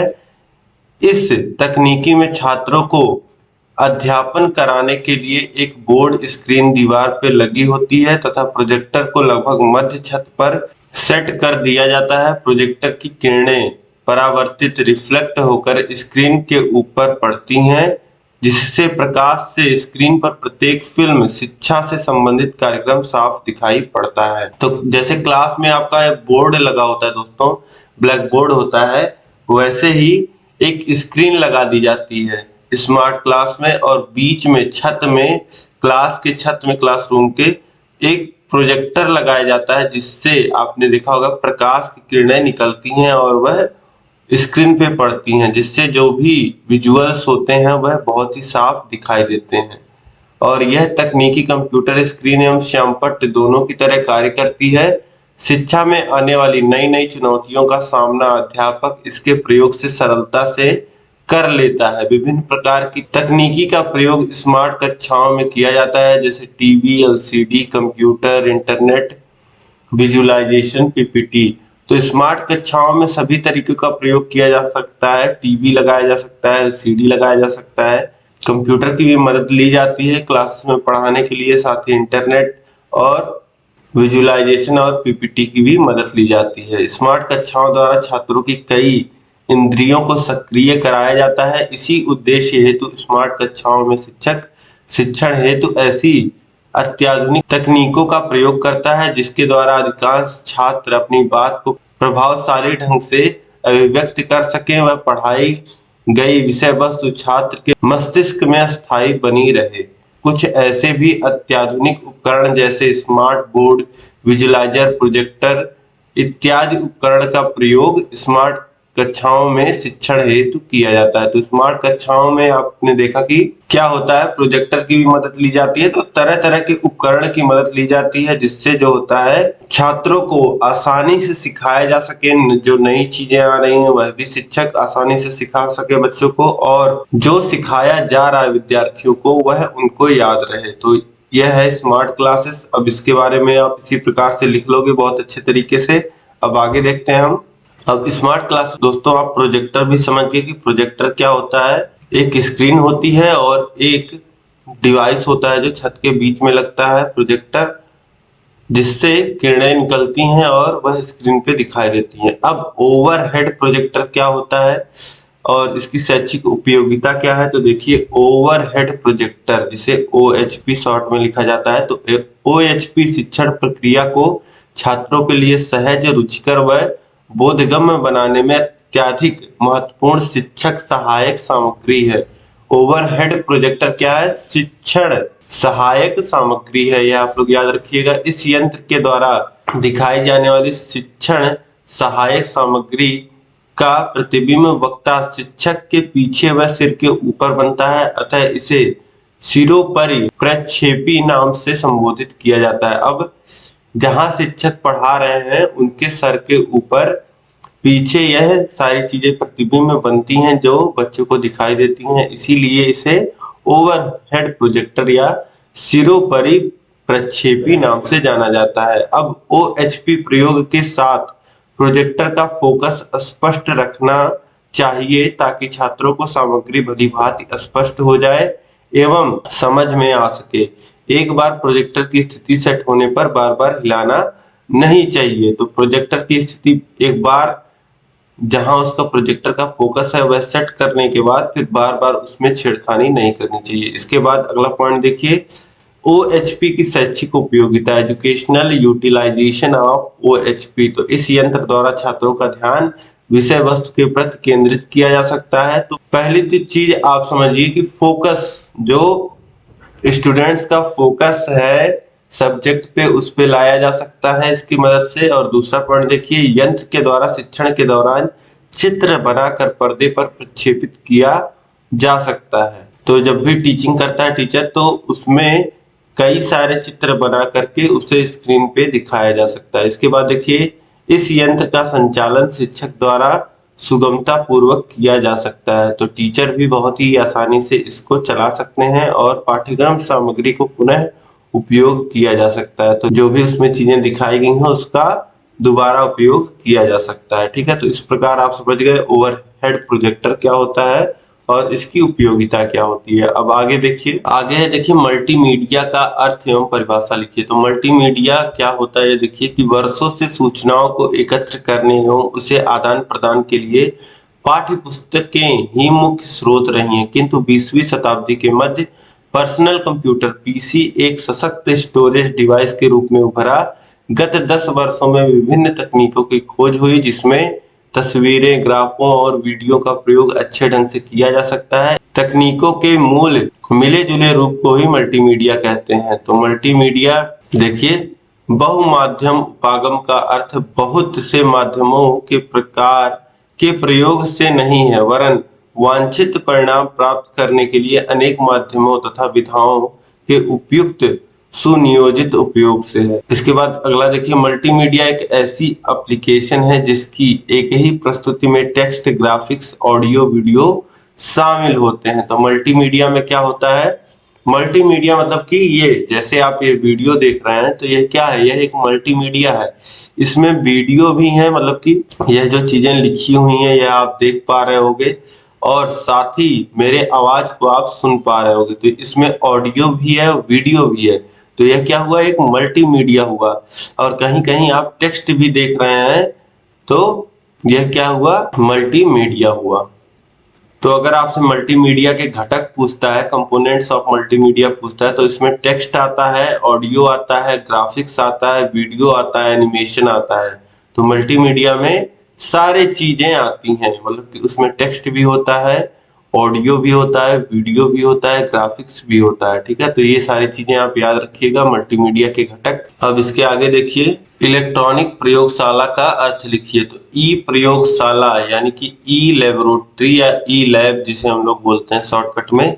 तो ई लैब एक सामान्य कंप्यूटर प्रयोगशाला है जिसमें पीसी तथा मैक दोनों को सम्मिलित किया जाता है। इसमें 100 से अधिक कंप्यूटर प्रोग्राम होते हैं जो पढ़ाए गए पाठ्यक्रमों का समर्थन करते हैं। ई लैब में मुद्रण, स्कैनिंग और फोटोकॉपी की सुविधा उपलब्ध होती है। ई लैब एक सुरक्षित वर्क स्पेस व्यावसायिक नेटवर्क है जो किसी भी सोशल वेब ब्राउजर द्वारा एक्सेस किया जा सकता है। यह लोगों को कई डेटा स्रोत और उपकरणों से जोड़ता है तथा विशेषज्ञता साझा करने में सक्षम बनाता है। डेटा स्रोत जो विशेष उपयोगकर्ताओं के लिए निजी होते हैं उन्हें सिर्फ आउटपुट और विश्लेषण के लिए साझा किया जा सकता है। इसके लिए व्यापक वेयर हाउस बनाने की कोई आवश्यकता नहीं होती है। तो ई लैब क्या होता है दोस्तों, आप समझ पा रहे हैं। ई लैब एक तरीके से एक जगह होती है, एक लैब, जैसे आप केमिस्ट्री लैब देखते होगे, फिजिक्स लैब, वैसे ही ई लैब जो है उसमें क्या होते हैं, कंप्यूटर्स होते हैं और इसमें कई सारे प्रोग्राम होते हैं जो चीजें आपको सिखाई पढ़ाई जाती हैं उनसे जुड़े हुए। ठीक है, और इनमें कई सारी सुविधाएं प्रदान की जाती हैं आपको, जैसे कि स्कैनिंग, फोटोकॉपी, ये सारी सुविधा क्या होती है, उपलब्ध होती है ई प्रयोगशाला में, ई लैब में। अब इसके आगे देखिए, इसके बाद देखिए दोस्तों, अगला है इलेक्ट्रॉनिक पुस्तकालय लाइब्रेरी का अर्थ लिखिए। तो इलेक्ट्रॉनिक पुस्तकालय लाइब्रेरी का अर्थ, इलेक्ट्रॉनिक लाइब्रेरी जैसा कि नाम से स्पष्ट है, एक ऐसी लाइब्रेरी जिसमें इलेक्ट्रॉनिक माध्यम एवं स्रोतों के द्वारा अधिगम प्राप्त किया जाता है तथा इस प्रकार की लाइब्रेरी में सभी स्तर के अधिगम सामग्री उपलब्ध रहती है। इसमें प्राथमिक स्तर से लेकर के उच्च स्तर तक अनुसंधानकर्ताओं के लिए भी अध्ययन सामग्री उपलब्ध रहती है। ई लाइब्रेरी में नवीनतम सूचनाएं पूरी किताब के रूप में एवं 700 मिलियन से अधिक नक्शे के रूप में उपलब्ध हैं। कोई भी शीर्षक डाल करके ई लाइब्रेरी के माध्यम से उससे संबंधित अनेकों किताबों का विस्तृत वर्णन प्राप्त कर सकते हैं।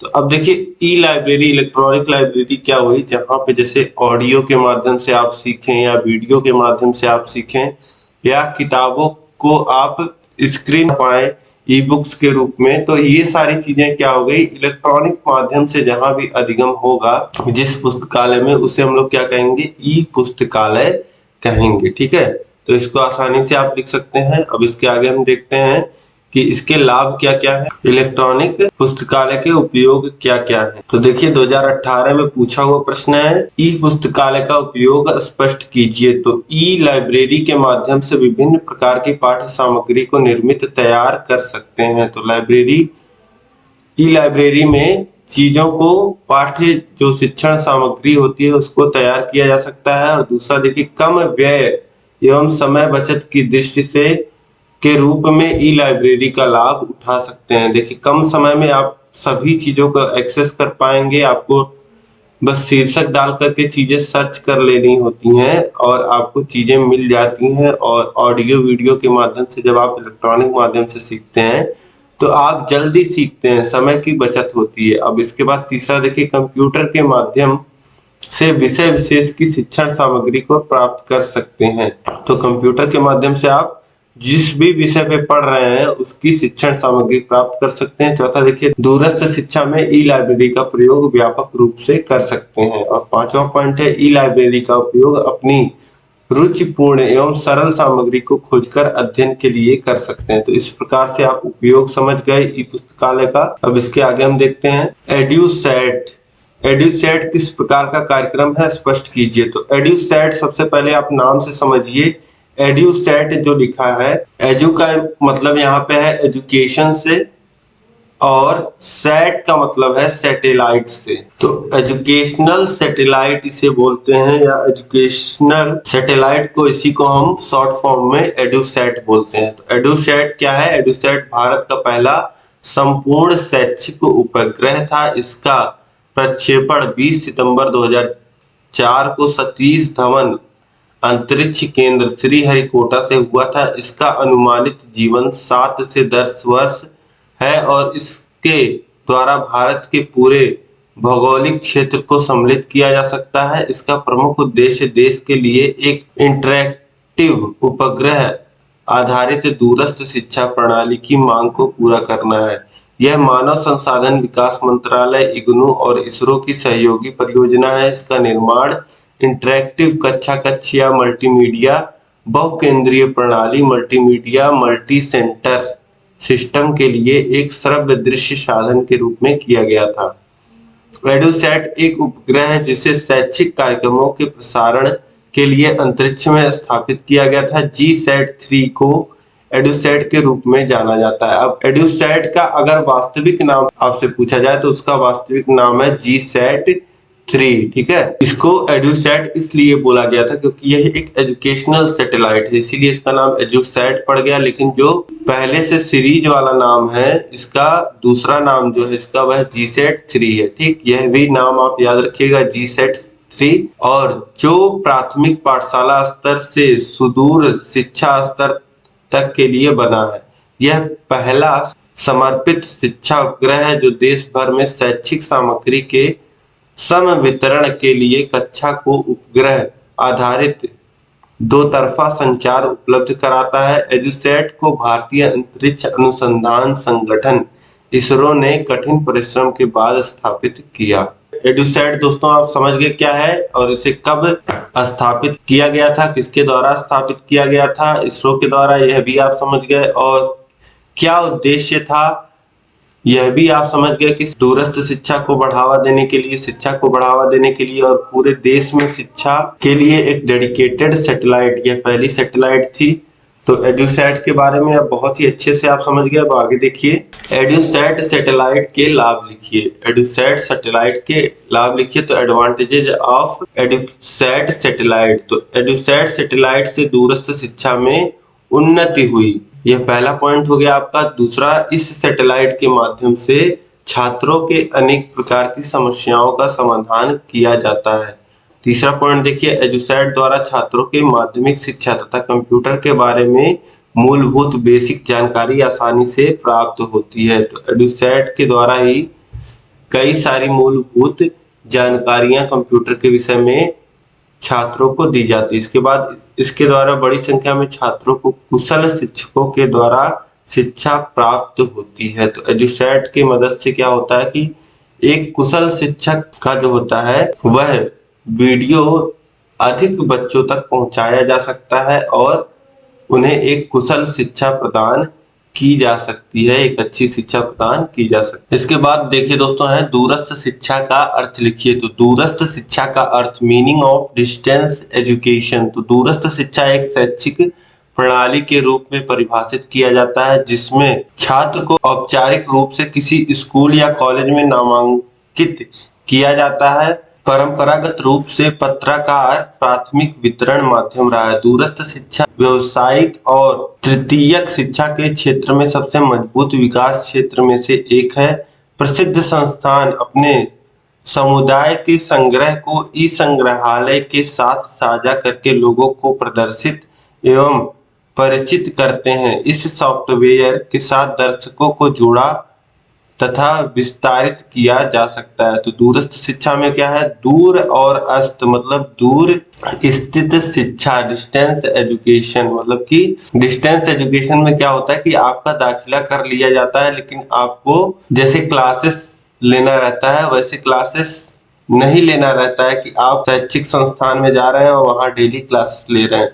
इसमें आप दूर रह कर के भी अपने एजुकेशन को आगे बढ़ा सकते हैं। तो देखिए, दूरस्थ शिक्षा के लाभ एवं सीमाएं बताइए। एडवांटेज ऑफ डिस्टेंस लर्निंग, तो छात्र किसी भी समय और कितनी ही बार अध्ययन कर सकते हैं। ट्यूटर के बारे में अधिक लचीलापन, फ्लेक्सिबिलिटी है, जहां छात्रों के मूल्यांकन और जवाब देने के लिए सुविधा रहती है। छात्र शिक्षक के साथ उबता बोर नहीं होता है। शिक्षक सरलता से परेशान नहीं हो सकता है। और देख लीजिए सीमाएं क्या है। तो शिक्षक ट्रेनर पाठ्यक्रम के हर हिस्से में लगातार फेस टू फेस नहीं देख सकते हैं। सीमा है यह कि पाठ्यक्रम के हर हिस्से में शिक्षक का चेहरा नहीं दिखता है। छात्रों को पाठ्यक्रम के सभी भागों में लगातार शिक्षक ट्रेनर को नहीं देख सकते हैं और ना ही सुन सकते हैं। छात्रों को सहकर्मी प्रोत्साहन या शिक्षक इनपुट के बिना ही प्रेरणा बनाए रखने की आवश्यकता होती है। आपको पता है कि आप जब क्लास में जाते हो तो टीचर आपको मोटिवेट करते रहते हैं पढ़ने के लिए, तो वह चीजें नहीं होती यहाँ पे दूरस्थ शिक्षा में। और छात्रों को अपने अध्ययन के प्रति उनके दृष्टिकोण और अधिक आत्म अनुशासन होना पड़ता है। आपको पता है कि जब आप किसी शिक्षण संस्थान में जाते हो तो उसका एक टाइम होता है और उसमें अनुशासन से आपको रहना होता है, सभी के साथ बैठना होता है और अपने पाठ्यक्रम को दिन और समय शैक्षिक संस्थान के अनुसार आगे बढ़ाना होता है। लेकिन दूरस्थ शिक्षा में सब कुछ आप पे निर्भर होता है। आपको कब समय मिलता है, आप कब पढ़ना चाहते हैं, कितना देर पढ़ना चाहते हैं, तो ये सारी चीजें आपको खुद से करना पड़ता है। यह सीमाएं हैं दूरस्थ शिक्षा की। इसके बाद देखिए टेलीकॉन्फ्रेंसिंग का अर्थ लिखिए। इसके लिए किन उपकरणों का प्रयोग किया जाता है। तो टेलीकॉन्फ्रेंसिंग क्या होती है, इसके लिए किन उपकरणों का प्रयोग किया जाता है, यह आप देखिए। तो टेलीकॉन्फ्रेंसिंग एक इलेक्ट्रॉनिक प्रणाली है जिसमें दो या दो से अधिक व्यक्ति किसी विषय वस्तु पर वार्तालाप कर सकते हैं। यह अंग्रेजी भाषा का शब्द है जो दो शब्दों से मिलकर बना है, टेली एवं कॉन्फ्रेंसिंग। इसमें टेली का अर्थ दूर तथा कॉन्फ्रेंसिंग का अर्थ है सम्मेलन। अतः टेली कॉन्फ्रेंसिंग का अर्थ हुआ दूर स्थित व्यक्तियों में सम्मेलन कराना। इस प्रणाली के द्वारा दो या दो से अधिक व्यक्ति दूर दूर रहकर भी किसी विषय पर वार्तालाप, चर्चा एवं विचार विमर्श कर सकते हैं, जैसे आमने सामने बैठे हों। टेलीकॉन्फ्रेंसिंग हेतु अनेक उपकरण यथाविधि telephone, big screen, computer, printer इत्यादि का प्रयोग किया जाता है। अंततः यह प्रक्रिया अंत प्रक्रिया का ही एक स्वरूप है जो कि दूर दूर बैठे व्यक्तियों के मध्य स्थापित की जाती है। टेलीकॉन्फ्रेंसिंग का प्रचलन अमेरिका में टेलीफोन पिक्चर फोन के द्वारा 1960 में प्रारंभ हुआ। तो यहाँ पे दोस्तों आप टेलीकॉन्फ्रेंसिंग समझ गए। टेलीकॉन्फ्रेंसिंग में क्या होता है, दूर स्थित किन्हीं दो या दो से अधिक व्यक्तियों के बीच बातचीत होती है और सूचनाओं का आदान प्रदान होता है। इसके बाद देखिए प्रसार भारती की शैक्षिक सेवाएं। तो प्रसार भारती दोस्तों, सबसे पहले प्रसार भारती के बारे में आप जान लीजिए। प्रसार भारती क्या है। प्रसार भारती एक संस्था है जिसका गठन 23 नवंबर 1997 को हुआ था। प्रसार भारती का जो गठन है वह 23 नवंबर 1997 को हुआ था। यह आपके बहुविकल्पी में भी पूछा जा सकता है, इसको आप लोग ध्यान रखिएगा। और इस संस्था के द्वारा स्वास्थ्य, तकनीकी, विज्ञान, राष्ट्रीय एकता आदि के क्षेत्र में प्रमुख कार्य किए जाते हैं। ठीक है, यही ज्ञान से जो भी जनरल पब्लिक है, आप जैसे हम लोग हैं, पूरे देश के जो जनसंख्या है उसको जागरूक करने, शिक्षा देने का कार्य यह संस्था करती है। ठीक है, और यह सूचना एवं प्रसार मंत्रालय के अधीन काम करती है। ठीक है, और इसका जो गठन किया गया था, स्थापना किया गया था, वह संसद में एक अधिनियम पारित करके किया गया था। ठीक है, इसी के अंडर जितनी भी रेडियो सेवाएं हैं, जितनी भी दूरदर्शन की सेवाएं हैं, यह आती हैं और सभी कार्यक्रम जो होते हैं इन्हीं के द्वारा तैयार किए जाते हैं। तो सबसे पहले आप देख लीजिए यहाँ पे रेडियो सेवा, रेडियो सर्विस। तो रेडियो सर्विस से आप सभी लोग वाकिफ हैं, चलिए देखते हैं। रेडियो विद्युत एवं बैटरी से चलने वाला उपकरण है जिसका प्रयोग श्रव्य सहायक सामग्री के रूप में किया जाता है। सन 1895 में इटली के इंजीनियर मार्कोनी द्वारा इसका आविष्कार किया गया था। इसके माध्यम से शैक्षिक नाटक, कविताएं, महापुरुषों की जीवनी, उनके प्रेरणा प्रसंग, खोज, आविष्कार, वार्तालाप, सामान्य ज्ञान इत्यादि का प्रसारण किया जाता है। नियमित एवं निश्चित समय के अनुसार विभिन्न कक्षाओं के लिए भिन्न भिन्न विषयों पर शैक्षिक कार्यक्रम प्रसारित किए जाते हैं। आकाशवाणी, ऑल इंडिया रेडियो तथा बीबीसी लंदन अपने यहाँ से वैज्ञानिक, सामाजिक, आर्थिक, राजनैतिक, सांस्कृतिक एवं समसामयिक महत्व के व्याख्यान, वाद विवाद, नाटक आदि प्रसारित करते हैं। तो रेडियो सेवा आपको समझ में आ रहा होगा। रेडियो एक डिवाइस होता है और इस पे चैनल्स होते हैं जिनके माध्यम से विभिन्न प्रकार के शैक्षिक जो कार्यक्रम है वो प्रसारित किए जाते हैं। इन्हीं चैनलों में दोस्तों एक चैनल जो है वह जो रेडियो का शैक्षिक कार्यक्रम जो प्रसारित करता है वह है ज्ञानवाणी रेडियो स्टेशन। तो ज्ञानवाणी रेडियो स्टेशन के बारे में आप देख लीजिए कि ज्ञानवाणी रेडियो स्टेशन क्या है और इसे किस कारण से शिक्षा के क्षेत्र में उपयोग में लाया जा रहा है। तो ज्ञानवाणी रेडियो स्टेशन, ज्ञानवाणी भारत का एक शैक्षिक एफएम रेडियो चैनल है। यह वर्तमान में भारत के इलाहाबाद, बेंगलौर, कोयम्बटूर एफएम स्टेशनों के माध्यम से टेस्ट ट्रांसमिशन मोड पर कार्य कर रहा है। ज्ञानवाणी रेडियो को निम्नलिखित कारणों से शिक्षा के क्षेत्र में इस्तेमाल किया जाता है। तो देखिए, पहला कारण है महान व्यक्तियों के साथ सीधा संपर्क, direct contact with great personalities. Radio छात्रों को विशेषज्ञ, इतिहासकार, लेखक, वैज्ञानिक और फास्ट रेट शिक्षक को सुनने के लिए सक्षम बनाता है। महान वैज्ञानिकों के साथ यह सीधा संपर्क छात्रों को बहुत सुखी और विभिन्न विषयों पर अधिक ज्ञान प्राप्त करने का अवसर प्रदान करता है। इसके बाद दूसरा पॉइंट है तटस्थलीय वर्तमान घटनाओं की प्रस्तुति, reflect on the spot current events. राष्ट्रपति द्वारा चल रही किसी समारोह का उद्घाटन, कुछ मैचों का विस्तृत विवरण तथा इसी प्रकार के अन्य परिघटनाओं की वर्तमान प्रस्तुति होती है। इसके बाद तीसरा पॉइंट है सहभागिता की भावना प्रदान करता है। महत्वपूर्ण घटनाओं की वर्तमान प्रस्तुति को श्रोता जब सुनता है तो उसको लगता है कि वह वास्तव में इस घटना में भाग ले रहा है। सुदृढ़ीकरण, तो रेडियो, नाटक एवं संगीत जैसे महत्वपूर्ण भावुक कारकों की समझ एवं ज्ञान को मजबूत करता है। तो आप समझ पा रहे होंगे कि ज्ञानवाणी रेडियो स्टेशन कितना महत्वपूर्ण रोल प्ले करता है। अब ज्ञानवाणी दोस्तों रेडियो स्टेशन आप समझ गए। अब रेडियो के बाद आता है टेलीविजन। तो टेलीविजन पे सबसे पहले आप एक ही चैनल देखते थे, दूरदर्शन। तो दूरदर्शन, अब रेडियो में आप केवल सुन पा रहे थे, दूरदर्शन में टीवी में आप देख भी पा रहे हो और सुन भी पा रहे हो, ठीक है। तो दूरदर्शन से आप परिचित हो और दूरदर्शन का जो शिक्षा का चैनल है, क्योंकि यहाँ हम इस चैप्टर में केवल शिक्षा की बात कर रहे हैं, तो दूरदर्शन का जो शिक्षा का चैनल वह है ज्ञान दर्शन, ठीक है। जैसे आपने रेडियो वाला चैनल देखा ज्ञानवाणी, वैसे ही दूरदर्शन का जो चैनल है वह है ज्ञान दर्शन। तो मानव संसाधन विकास मंत्रालय, सूचना एवं प्रसारण मंत्रालय, प्रसार भारती और इग्नू ने संयुक्त रूप से 26 जनवरी 2000 को भारत के एक विशेष शैक्षिक टेलीविजन में ज्ञान दर्शन चैनल का शुभारंभ किया था। तो ठीक है, तो ज्ञान दर्शन में सभी ओपन यूनिवर्सिटी और अधिकतर कन्वेंशनल यूनिवर्सिटीज स्कूलों में न केवल अपनी उपस्थिति बना ली है, बल्कि यह चैनल केवल टीवी नेटवर्क के माध्यम से शिक्षार्थियों के दस्तावेजों तक पहुंचने की क्षमता रखता है। वर्तमान समय में ज्ञान दर्शन केबल ट्रांसमिशन के माध्यम से केरल में 90% क्षेत्र को कवर करता है, तमिलनाडु के अधिकांश क्षेत्र, उत्तर पूर्वी नासिक के कुछ क्षेत्र, अहमदाबाद तथा पुणे जैसे क्षेत्रों को भी कवर करता है। स्थलीय ट्रांसमिशन के माध्यम से ज्ञान दर्शन को समस्त संभव स्थानों पर उपलब्ध कराने का प्रयास किया जा रहा है। तो ज्ञान दर्शन चैनल के बारे में दोस्तों आपने जान समझ लिया। अब इसके बाद देखेंगे दोस्तों हम लोग मॉक का संक्षिप्त परिचय। तो मॉक क्या है? Introduction of mock.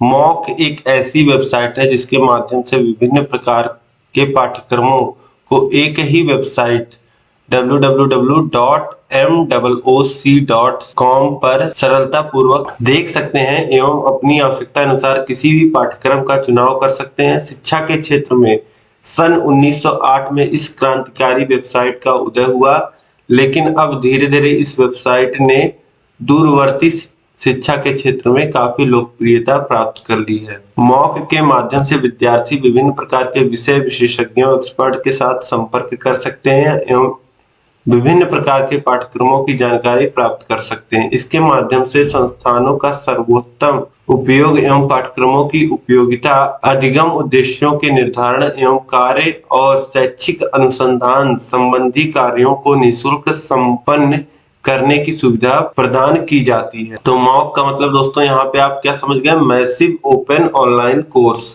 तो इसमें मॉक जो वेबसाइट है, यहाँ पे कई सारे कोर्सेस आपको मिल जाएंगे जो अपने अनुसार आप कर सकते हो, और यहाँ पे जो पाठ्यक्रम होते हैं वह बहुत ही बेहतरीन ढंग से तैयार किए जाते हैं और इनका लाभ आप मुफ्त में निःशुल्क उठा सकते हैं। ठीक है, इसके बाद देखिए अगला है इलेक्ट्रॉनिक मेल से आप क्या समझते हैं। 2016 बीटीसी में पूछा हुआ है। तो इलेक्ट्रॉनिक मेल से तात्पर्य इंटरनेट पर उपलब्ध उस साधन या सेवा से है जिसका उपयोग कहीं भी बैठे हुए व्यक्ति के बीच संदेश या दस्तावेजों के आदान प्रदान के लिए किया जा सकता है। ईमेल में संदेश किसी व्यक्ति द्वारा नहीं पहुंचाया जाता बल्कि इंटरनेट के नेटवर्क पर इलेक्ट्रॉनिक संदेश के रूप में एक कंप्यूटर से दूसरे कंप्यूटर पर उपलब्ध कराया जाता है। इस सुविधा में प्रयोगकर्ता को मांगने पर केंद्रीय कंप्यूटर पर उपस्थित डिस्क पर स्थान दिया होता है जहां पर अपनी मेल को सुरक्षित रख सकते हैं। अब यहाँ पे देखिए इलेक्ट्रॉनिक मेल क्या हुआ। इलेक्ट्रॉनिक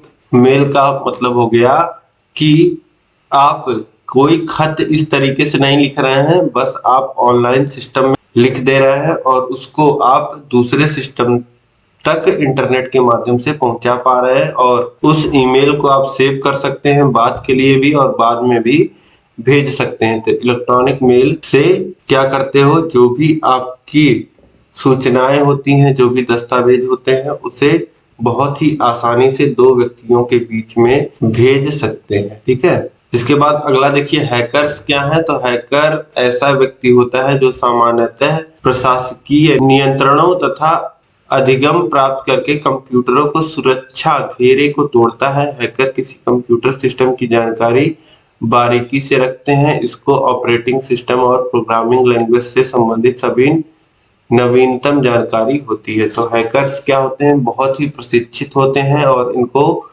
किसी भी सिस्टम की जो सुरक्षा घेरा होती है इनको तोड़ने को कहा जाता है। ठीक है, और यह सभी प्रोग्रामिंग लैंग्वेजेस को जानते हैं और नवीनतम जानकारी इनके पास होती है। ठीक है, तो हैकर्स को आप केवल गलत रूप में मत देखिएगा। हैकर्स पहले तो सही रूप में और सुरक्षा घेरे को तोड़ने के काम में आधिकारिक हैकर्स होते हैं, वह सुरक्षा घेरे को तोड़ करके उसे और मजबूत बनाते रहते हैं। ठीक है, इसके बाद देखिए अगला प्रश्न है प्रश्न के 74। डीबीएमएस का पूरा नाम क्या है। तो डीबीएमएस का पूरा नाम होता है डेटाबेस मैनेजमेंट सिस्टम। कंप्यूटर में सभी जानकारी आपको कैसी मिलती है, क्योंकि कंप्यूटर में बहुत सारा डेटा होता है और इसी बहुत सारे डेटा को मैनेज करने के लिए एक सिस्टम होता है, एक सॉफ्टवेयर होता है जिसे हम लोग कहते हैं डेटाबेस मैनेजमेंट सिस्टम। यह कंप्यूटर के ऑपरेटिंग सिस्टम में ही होता है। ठीक है, तो इस प्रकार से जो तीसरा यूनिट है दोस्तों, आपने इसको पूरा देख लिया। आपकी जो तीसरी यूनिट थी बहुत ही महत्वपूर्ण यूनिट, शिक्षा में आईसीटी का क्या रोल है, क्या प्रयोग है, यह आपने यहाँ पे पूरा देख लिया। इस चैप्टर में दोस्तों आपने स्मार्ट क्लासेस देख लिया, प्रोजेक्टर ओवरहेड प्रोजेक्टर देख लिया, और आपने ई प्रयोगशाला, ई पुस्तकालय और दूरस्थ शिक्षा, टेलीकॉन्फ्रेंसिंग, प्रसार भारती की जो शैक्षिक सेवाएं हैं, ज्ञानवाणी देख लिया आपने। ये सारी चीजें आपने यहाँ पे देखी, तो उम्मीद है आप इनसे जो प्रश्न बनेंगे बहुत ही आसानी से आप कर लोगे। अब इसके बाद जो आपका चौथा यूनिट है उसको हम लोग देखेंगे। चौथा यूनिट जो है आपका वह है विद्यार्थियों के लिए आईसीटी का उपयोग। अब इसके बाद दोस्तों हम लोग आपका यूनिट 4 देखने वाले हैं। 3 यूनिट हमने इसके पहले देख लिया। चौथा यूनिट जो है आपका वह है विद्यार्थियों के लिए आईसीटी का उपयोग, uses of ICT for students. विद्यार्थियों के लिए आईसीटी का क्या उपयोग है, किस प्रकार से विद्यार्थी जीवन में आईसीटी उपयोग में आता है, यह सारी चीजें आपको इस चैप्टर में पढ़नी है। तो चलिए हम लोग देखते हैं। यहाँ पे देखिए प्रश्न है, छात्रों की प्रेरणा पर आईसीटी का क्या प्रभाव पड़ता है। छात्रों की प्रेरणा पर आईसीटी का प्रभाव, impact of ICT on students motivation. देखिए पहला पॉइंट है आईसीटी के उपयोग से छात्र की अध्ययन में रुचि बढ़ जाती है, जो कि इसकी प्रेरणा से ही संभव होता है। तो आईसीटी का प्रयोग जब करता है स्टूडेंट्स, तो नई मतलब एक तरीके से समझिए कि आप टेक्नोलॉजी का उपयोग करता है स्टूडेंट, तो उसकी रुचि अपने आप बढ़ जाती है। दूसरा पॉइंट देखिए, जो छात्र घर और स्कूल दोनों जगहों पर कंप्यूटर का बराबर उपयोग करते हैं, उनका आत्मविश्वास अपने विषय को लेकर के अधिक बढ़ जाता है। तीसरा पॉइंट है आईसीटी के उपयोग से छात्र अथवा शिक्षार्थियों की स्वायत्तता में वृद्धि हो सकती है। आईसीटी के उपयोग से छात्रों और शिक्षार्थियों के लिए शिक्षार्थी की स्वायत्तता में वृद्धि हो सकती है, मतलब कि वह जो भी निर्णय लेता है, विद्यार्थी जो भी निर्णय लेता है अपने विद्यार्थी जीवन में अपने विषय वस्तु से रिलेटेड, उसमें वृद्धि होती है। इसके बाद देखिए चौथा पॉइंट है आईसीटी के उपयोग से अलग अलग उम्र एवं विषय के लिए अध्ययन सामग्री उपलब्ध होने से सभी आयु वर्ग के छात्र अध्ययन में रुचि लेते हैं। तो इसमें आईसीटी का एक प्रमुख प्रभाव जो देखिए आप कि किसी भी आयु वर्ग के लोग आईसीटी का प्रयोग करके अपने जो सीखने की प्रक्रिया है उसको जारी रखते हैं। ठीक है, तो आईसीटी का बहुत ही अच्छा प्रभाव है विद्यार्थी जीवन में, मोटिवेशन में। अब इसके आगे हम देखेंगे ई सामग्री, ई कंटेंट क्या होता है। तो एक ऐसी सामग्री जिसका विकास एवं डिजाइन इस प्रकार किया गया हो कि उसका उपयोग, यूज, पुनः उपयोग, रीयूज तथा दूसरों को डिजिटल रूप में दिया जा सके, ई सामग्री कहलाती है। इसमें वे सभी प्रकार के अवयव हो सकते हैं जो कि इलेक्ट्रॉनिक माध्यम से विकसित किए जा सकते हैं। ई सामग्री लगभग सभी विषय के तथा सभी स्तरों के लोगों के लिए उपलब्ध होती है। इसका उपयोग छात्रों द्वारा बृहत स्तर पर किया जा सकता है। इन सामग्रियों को आसानी से कभी भी और किसी को भी भेजा जा सकता है। इसके द्वारा बहुत सी शिक्षण संस्थाएं भी बच्चों के लिए आधुनिक शिक्षा का इस्तेमाल कर रही हैं। इसके आने से दूरस्थ शिक्षा में भी क्रांति आई है। आजकल अधिकतर शैक्षिक महत्व की सामग्री डिजिटल रूप में ऑनलाइन मुक्त या कुछ प्रतिबंधों के साथ उपलब्ध है। इसका उपयोग शिक्षण के लिए कर सकते हैं तथा पाठ्यक्रमों की सामग्री पर्याप्त न होने पर उन्हें संशोधित रूप से प्रयोग किया जा सकता है। तो ई सामग्री यहाँ पे दोस्तों आप समझ पा रहे होंगे कि तो जितनी भी जानकारी होती है, जो भी, जैसे आप किताबें शेयर कर पाते हो, लेकिन एक किताब को आप एक ही व्यक्ति को शेयर कर पाओगे, ऐसे ही इसी को कम करने के लिए और सारी चीजों को रीयूज करने के लिए क्या किया जाता है, ई कंटेंट का निर्माण किया जाता है। ठीक है, अब इसके आगे हम देखते हैं ई सामग्री विकास के उद्देश्य बताइए। Objectives of developing E content. तो ई सामग्री विकास का उद्देश्य एक सूचना समृद्ध समाज का निर्माण करना है, क्योंकि प्रत्येक व्यक्ति को अपनी प्रगति के लिए जानकारी प्राप्त करने, साझा करने और उसका उपयोग करने का अधिकार है। अच्छी प्रकार से विकसित और मान्य ई सामग्री उच्च गुणवत्ता वाले सार्थक डिजिटल सामग्री तक पहुंच संभव बनाती है और प्रभावी आभासी शिक्षक के रूप में सेवाएं प्रदान करती है। ई सामग्री का डिजाइन, विकास, दृष्टिकोण तथा सामग्री की प्रकृति विद्यार्थियों पर निर्भर करती है। यह उसकी गुणवत्ता और जटिलता पर निर्भर करती है। विभिन्न शिक्षात्मक डिजाइन मॉडल हमारी आवश्यकताओं के अनुसार ई सामग्री के रूप में उपलब्ध रहती है। अधिकांश मॉडलों में जरूरतों और शिक्षण सामग्री विकास वितरण प्रणाली, सामग्री का विकास, सामग्री विकसित करने, कार्यान्वयन, मूल्यांकन, सामग्री को परिष्कृत करने का ध्यान रखा जाता है। तो आप समझ पा रहे होंगे कि ई सामग्री विकास करने का उद्देश्य क्या होता है कि सबको जो जानकारी है, जो डे टू डे लाइफ में जो जानकारी चाहिए होती है, उसको उपलब्ध कराना और जीवन के स्तर को अच्छा बनाना। ठीक है, इसके बाद देखिए डिजिटल परियोजना का विकास, डिजिटल प्रोजेक्ट डेवलपमेंट। तो डिजिटल प्रोजेक्ट डेवलपमेंट क्या होता है? देखिए डिजिटल प्रोजेक्ट में नियोजन, तैयारी और उत्पादन शामिल है, जो इलेक्ट्रॉनिक प्रकाशनों को बनाने में सम्मिलित होता है। संभावित इलेक्ट्रॉनिक प्रकाशनों में वेबसाइट, इलेक्ट्रॉनिक किताबें, डिजिटल छवियां आदि सम्मिलित हैं।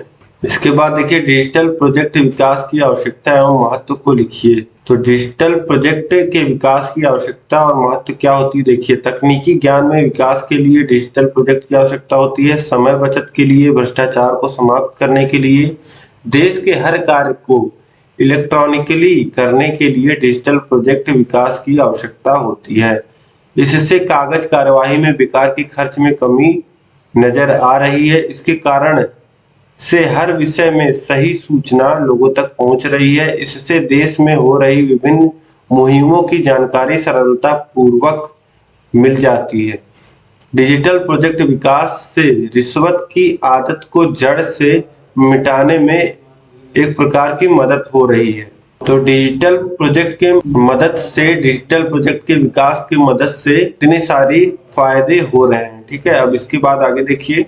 इसके बाद देखिए इलेक्ट्रॉनिक परीक्षा प्रणाली और इसके उद्देश्य, E exam system and their objectives. तो इलेक्ट्रॉनिक परीक्षा वह प्रणाली है जिसमें उन परीक्षाओं को सम्मिलित किया जाता है जिसका आयोजन वेब या इंटरनेट के माध्यम से किया जाता है। ऑनलाइन परीक्षा पोर्टल किसी छात्र की क्षमता में वृद्धि करने का सबसे अच्छा स्रोत है जो छात्र को अगली परीक्षा के परिणाम के स्तर में वृद्धि कराता है। तो देखिए ऑनलाइन ई एग्जाम का मतलब होता है ऑनलाइन एग्जाम। ठीक है, ऑनलाइन एग्जाम में क्या होता है कि विद्यार्थी कंप्यूटर के माध्यम से या लैपटॉप के माध्यम से अपने परीक्षा को देता है और यह प्रक्रिया वह बार बार कर पाता है जिससे वह अपने ज्ञान में वृद्धि कर पाता है। अब देखिए यहाँ पे उद्देश्य, परीक्षा वेब पोर्टल द्वारा परीक्षा देते रहने पर छात्र को प्रश्न पत्र हल करने की क्षमता में वृद्धि होती है। प्रत्येक छात्र ऑनलाइन परीक्षा में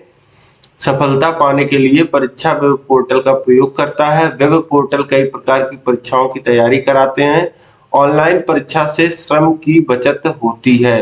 अब देखिए परीक्षा जनरली अगर आप कोई टेस्ट सीरीज ज्वाइन करते हो किसी कोचिंग में, किसी संस्थान में, तो आपको जाना पड़ता है वहां पे प्रेजेंट होकर के कॉपी और पेन की मदद से आपको सारे क्वेश्चन पेपर को सॉल्व करना पड़ता है और फिर आप अपने घर को लौट के आते हो। लेकिन ऑनलाइन में क्या होता है, आप अपने घर से ही सारी परीक्षा को दे पाते हो अपने कंफर्ट जोन में, और आज इससे आपके समय की बचत होती है और पैसों की भी बचत होती है। अब इसके बाद आगे देखिए ई शिक्षण, ई ट्यूशंस क्या है, तो इंटरनेट के जरिए ऑनलाइन ली जाने वाली कक्षा या की जाने वाली पढ़ाई को ई शिक्षण कहते हैं। वे बच्चे जो घर में ही रहकर पढ़ना चाहते हैं उनके बीच ई ट्यूशंस तेजी से लोकप्रिय होता जा रहा है। ई ट्यूशन में बायजूस, एक्स्ट्रा मार्क्स तथा ई ट्यूशन जैसे वेबसाइट आज के समय में बहुत ही सुविधा उपलब्ध कराती हैं। ई ट्यूशंस के लिए आवश्यक अवयव computer, internet connection, front camera और माइक्रोफोन या हेडफोन हैं। इन सभी अवयवों से परे सबसे महत्वपूर्ण कंप्यूटर का ज्ञान होना आवश्यक है। इसके बाद देखिए सूचना पोर्टल को स्पष्ट करें तो सूचना पोर्टल, इंफॉर्मेशन पोर्टल क्या होता है, तो सूचना पोर्टल एक प्रकार का वेब पोर्टल है जिन्हें विभिन्न कार्यों के लिए प्रयोग किया जाता है। किसी भी वेबसाइट के सूचना पोर्टल से उससे जुड़ी अनेक लिंक पृष्ठों के बारे में जानकारी प्राप्त होती है। इस सूचना को हम अपने आवश्यकता अनुसार खोलकर जानकारी प्राप्त कर सकते हैं। प्रतियोगी परीक्षा संपन्न कराने वाली संस्था अपने वेबसाइटों पर परीक्षा से संबंधित पूर्ण जानकारी प्रदान करती हैं। उदाहरणार्थ संघ लोक सेवा आयोग, राज्य लोक सेवा आयोग, कर्मचारी चयन आयोग, बेसिक शिक्षा परिषद आदि अनेक संस्थाएं हैं जो प्रतियोगी परीक्षाएं संपन्न कराती हैं। इन सभी के द्वारा कराई जाने वाली परीक्षाओं की जानकारी इनकी वेबसाइट पर उपलब्ध होती है। तो सूचना पोर्टल किसी भी आधिकारिक, जो भी आधिकारिक हो या कोई संस्था हो, तो उससे जुड़ी हुई जो जानकारी मिलती हैं उनके सूचना पोर्टल पे मिलती हैं, उनके वेबसाइट्स पे मिलती हैं और वहां से जाकर के आप विभिन्न प्रकार की जानकारी एकत्रित कर सकते हैं। अब दोस्तों अगर आपसे पूछे कि प्रतिस्पर्धी परीक्षाओं की जानकारी उपलब्ध कराने वाले वेबसाइट्स का नाम बताइए, तो इसमें आप लिख सकते हैं talent sprint, IBS exam, bank exam India और कैरियर अड्डा। तो ये सब वेबसाइट्स क्या करती हैं, आपको प्रतिस्पर्धी जो परीक्षाएं होती है, जो कॉम्पिटिटिव एग्जाम्स होते हैं, उनसे जुड़ी हुई जानकारी आपको उपलब्ध कराती हैं। अब इसके बाद आगे देखते हैं रोजगार पोर्टल। तो रोजगार पोर्टल क्या होता है? Job information portal. तो रोजगार पोर्टल एक ऐसा माध्यम है जिसके द्वारा रोजगार संबंधी सूचनाओं को प्राप्त किया जा सकता है। रोजगार पोर्टल से विभिन्न प्रकार के रोजगार संबंधी वेबसाइटें जुड़ी होती हैं जो रोजगार व नौकरी से संबंधित सूचनाएं उपलब्ध कराती हैं। वह वेबसाइट जो रोजगार संबंधी सूचनाएं उपलब्ध कराती हैं उनको रोजगार सूचना पोर्टल कहते हैं। रोजगार पोर्टल पर इन वेबसाइटों द्वारा युवा अपनी रुचि व योग्यता के अनुसार नौकरी या रोजगार का चयन कर सकते हैं। ये रोजगार सूचना पोर्टल राष्ट्रीय क्षेत्र के रोजगार के साथ विदेशी रोजगारों की भी सूचना प्रदान करते हैं। इस सूचना पोर्टल पर सरकारी रोजगार, स्वदेशी रोजगार, प्राइवेट रोजगार से लेकर के सभी क्षेत्रों के रोजगार ब्यौरा प्राप्त होता है। तो अब देखिए रोजगार पोर्टल क्या हो गए? वह पोर्टल हो गए जहां पे आपको नौकरी से संबंधित जानकारी मिलती है और किसी नौकरी में क्या एजुकेशन क्वालिफिकेशन होनी चाहिए, वह कितने टाइम की जॉब है, दिन में कितने घंटे आपको काम करना है, सैलरी कितनी रहेगी, कहाँ पे काम करना है, ये सारी जानकारी कहाँ पे आपको मिलती है? रोजगार सूचना पोर्टल, जॉब इंफॉर्मेशन पोर्टल पे मिलती है। और अगर आपसे पूछता है प्रमुख जो रोजगार पोर्टल है तो उसमें सबसे पहला नाम आता है naukri.com का, फिर दूसरा आता है freshersworld.com और तीसरा आता है monster.com। ठीक है, तो ये नाम आप लिख सकते हैं अगर रोजगार पोर्टलों के नाम आपसे पूछता है। इसके बाद देखिए विद्यालय प्रबंधन में आईसीटी इन स्कूल मैनेजमेंट। तो शिक्षा के क्षेत्र में आईसीटी की आवश्यकता एवं उसका योगदान। तो शिक्षा के क्षेत्र में देखिए छात्रों का संपूर्ण विकास, सूचना एवं संचार प्रौद्योगिकी आईसीटी के द्वारा छात्रों की योग्यताओं तथा छात्रों की रुचियों संबंधी समस्त क्रियाओं का पता लगाया जा सकता है। संचार के विभिन्न साधनों, पत्र पत्रिकाओं के माध्यम से शिक्षा प्रशासन में होने वाली परिवर्तनों का ज्ञान प्राप्त किया जा सकता है। तो छात्रों का संपूर्ण विकास होता है आईसीटी के द्वारा, क्योंकि आईसीटी बहुत सारे आइडियाज और बहुत सारी चीजें आसानी से छात्रों को सिखा देती है और उनकी रुचियां कहाँ है, किस क्षेत्र में है, यह भी उनको बाहर निकाल करके दिखाती है, शिक्षक को बाहर निकाल के देती है। तो इस तरीके से छात्र का जो होता है वह संपूर्ण विकास होता है। और दूसरा पॉइंट जो है विद्यालयी कर्मचारियों को दिशा निर्देश। तो सूचना एवं संचार प्रौद्योगिकी आईसीटी के द्वारा आजकल संस्थान के कर्मचारियों एवं अधिकारियों को निर्देश प्रदान करने विद्यालय प्रबंधन का महत्वपूर्ण कर्तव्य है। विद्यालय में कर्मचारियों के कार्य एवं अधिकार कार्य संपादन में अनेक आने वाली कठिनाइयां उनके समय समय पर निरीक्षण आदि कार्य संचार या संप्रेषण प्रौद्योगिकी के माध्यम से उचित तरीके से संपन्न की जा रहे हैं। तो जब भी विद्यालय है, आपका मान लेते हैं एक विद्यालय है, एक विद्यालय में तभी सही से ढंग से पढ़ाई हो पाएगी, सभी काम हो पाएंगे जब सभी अध्यापकों को और जितने भी कर्मचारी हैं विद्यालय में उनको सही दिशा निर्देश सही समय पे दिया जाए। तो आईसीटी का प्रयोग करके सभी विद्यालय के जितने भी कर्मचारी हैं उनको सही समय पे सही दिशा निर्देश दिए जा सकते हैं आईसीटी के मदद से। अब इसके बाद देखिए शैक्षिक पाठ्यक्रम सामग्री की उपलब्धता। आज विद्यालय प्रबंधन में विशेष रूप से शिक्षण कला में प्रयोग होने वाली नई नई प्रविधियों का ज्ञान सूचना एवं संचार प्रौद्योगिकी आईसीटी के साधनों ने उपलब्ध कराने में मदद की है, क्योंकि इन सभी नवीन तकनीकियों के माध्यम से शिक्षा के उद्देश्यों को प्राप्त करने में किसी भी तरह से कोई कठिनाई नहीं आती है। तो शैक्षिक पाठ्यक्रम जितने हैं सभी को आईसीटी उपलब्ध कराता है और जो भी शैक्षिक उद्देश्य की प्राप्ति शिक्षक करना चाहता है, विद्यालय करना चाहता है, उसको पूरा कराता है आईसीटी। ठीक है, तो शैक्षिक पाठ्यक्रम सामग्री की उपलब्धता कराता है आईसीटी। इसके बाद देखिए चौथा पॉइंट है शिक्षा व्यवस्था को नियंत्रित करने में सहायक। तो किसी भी संस्थान का प्रबंधन संस्था के कर्मचारी के आपसी सहयोग पर आधारित होता है। इसी तरह विद्यालय प्रबंधन भी शिक्षकों और कर्मचारियों के सहयोग पर निर्भर करता है। तो शिक्षा व्यवस्था को भी नियंत्रित करने में सहायक है आईसीटी। इसके बाद देखिए अपव्यय तथा अवरोधन को रोकने में सहायक। सूचना एवं संचार प्रौद्योगिकी के माध्यम से अपव्यय एवं अवरोधन की समस्या का समाधान आसानी से किया जा सकता है, क्योंकि इन नवीन तकनीकी के माध्यम से हम आम आदमी को ये बता सकते हैं कि शिक्षा ही हमारे जीवन का महत्वपूर्ण विषय है, क्योंकि शिक्षा का एक महत्वपूर्ण कार्य हमारे विचारों का आदान प्रदान करना है। तो इस तरीके से आप देख पा रहे हैं कि शिक्षा में बहुत ही महत्वपूर्ण योगदान है आईसीटी का, चाहे वह विद्यालय प्रबंधन हो, सभी कार्यों में आईसीटी का जो योगदान है वह बहुत ही अमूल्य है। इसके बाद आगे देखिए दोस्तों, ऑनलाइन शिकायत portal, online complaint portal. Online शिकायत पोर्टल सेवा का अर्थ एक ऐसी सरकारी या गैर सरकारी संस्था जहां ऐसी नई नई वेबसाइटों के निर्माण की व्यवस्था होती है जिनके द्वारा कोई भी व्यक्ति अपनी शिकायत भेजकर समस्या का समाधान प्राप्त कर सके। इसी तरह शैक्षिक संस्थानों के प्रशासन में भी इस प्रकार की व्यवस्था है, जिसके अंतर्गत यदि कोई विद्यालय समाज या राष्ट्र विरोधी गतिविधियां को चला रहा है तो उसकी शिकायत की जा सकती है। इन्हीं वेबसाइट वेब पोर्टल के माध्यम से सरकारी संस्थाओं की शिकायत की जा सकती है। सूचना एवं संचार संप्रेषण प्रौद्योगिकी आईसीटी का प्रयोग विद्यालय प्रबंधन द्वारा अभिभावक की शिकायत को जानने तथा उसको सुझाव जानने में प्राप्त शिकायत के निस्तारण में भी किया जाता है। इसके अंतर्गत ऑनलाइन कॉल, वायरलेस मैसेज एवं वेबसाइट के अलग अलग पोर्टल की स्थापना ऊपर दिए गए उद्देश्यों के लिए की जाती है। जो भी शिकायत होती है, शिकायत से संबंधित व्यक्ति वांछित प्रश्न का उत्तर प्राप्त कर प्रदान करता है। अभिभावक अपनी शिकायत पोर्टल में लिख सकते हैं, प्रबंधक उसका अध्ययन कर कथित प्रश्न का उत्तर देते हैं या फिर शिकायत का निवारण करके शिकायतकर्ता को जानकारी प्रदान कराते हैं या प्रक्रिया फीडबैक देते हैं। संप्रेषण की प्रक्रिया का प्रयोग करके विद्यालय प्रबंधन को बेहतर सुझाव मिलते हैं। इसका सबसे बड़ा गुण समय की बचत है।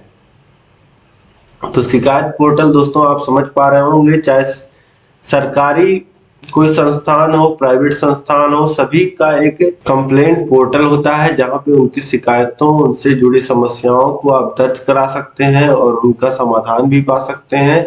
इसी तरीके से विद्यालय का भी होता है पोर्टल, शिकायत पोर्टल, जहां पे अभिभावक अपनी शिकायत को दर्ज कर सकते हैं और जो भी उनको सहयोग चाहिए होता है वह प्राप्त कर सकते हैं। ठीक है, और अपने सुझाव भी दे सकते हैं, जिससे विद्यालय आने वाले समय में अपने कार्य प्रणाली में चेंजेस कर सकता है और जो शिक्षा व्यवस्था है उसको और मजबूत बना सकता है। तो ऑनलाइन शिकायत पोर्टल आप समझ गए दोस्तों। अब इसके बाद हम आगे देखते हैं डिजिटलीकरण,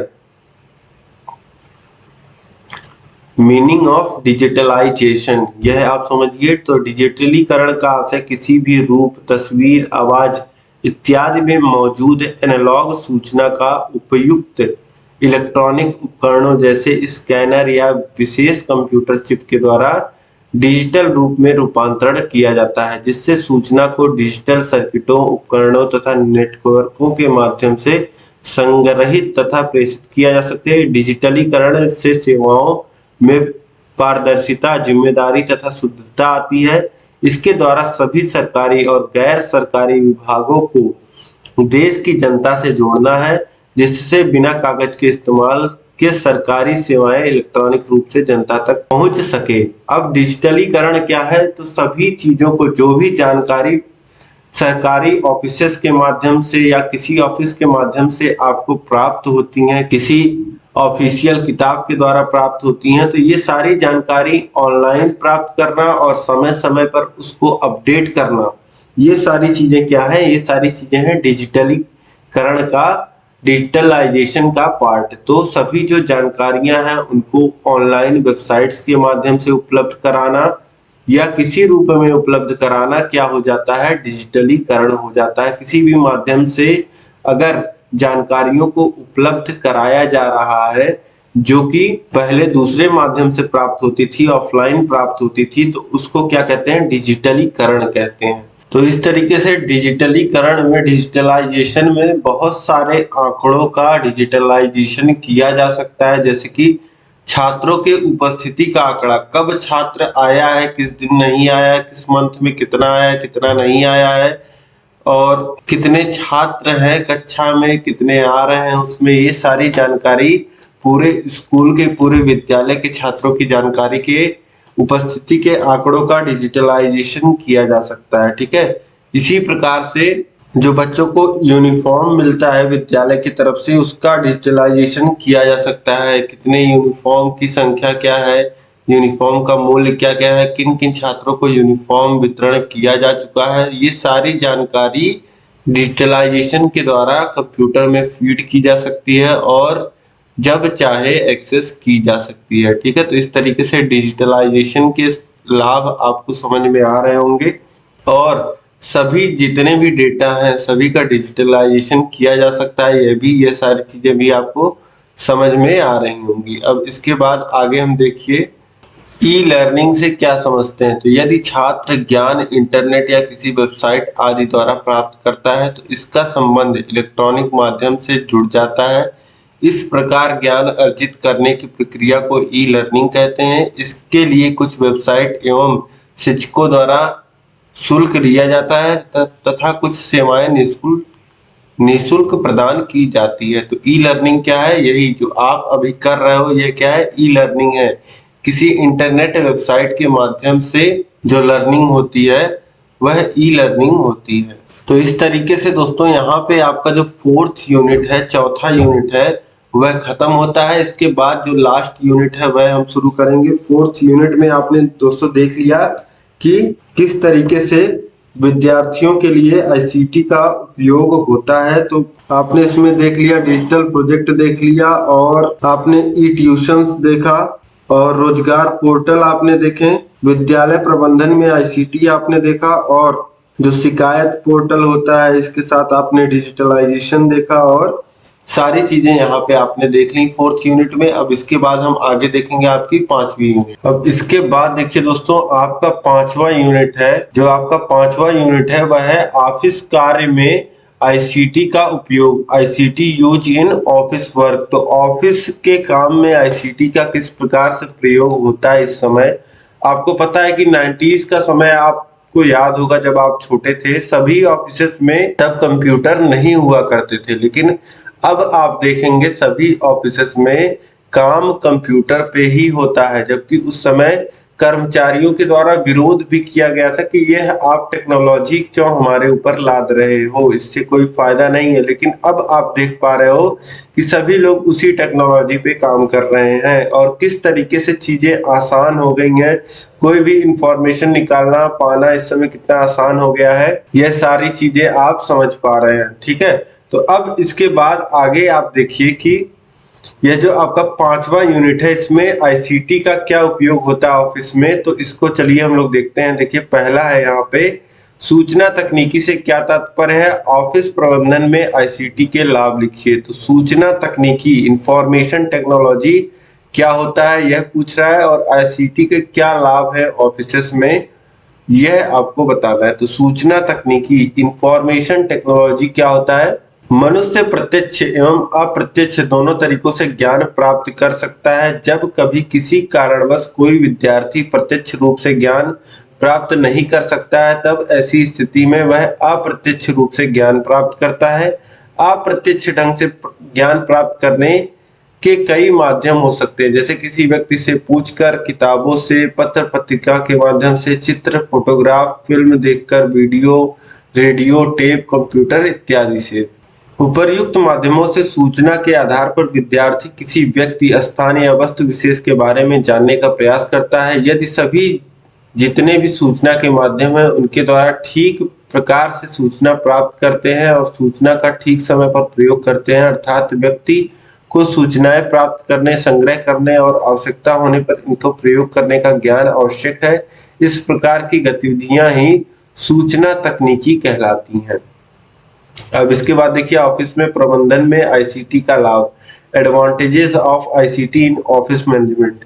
तो विभिन्न पैकेज जैसे एमएस ऑफिस के प्रयोग से ऑफिस के अधिकतम कार्य को बिना पेपर के किया जा सकता है।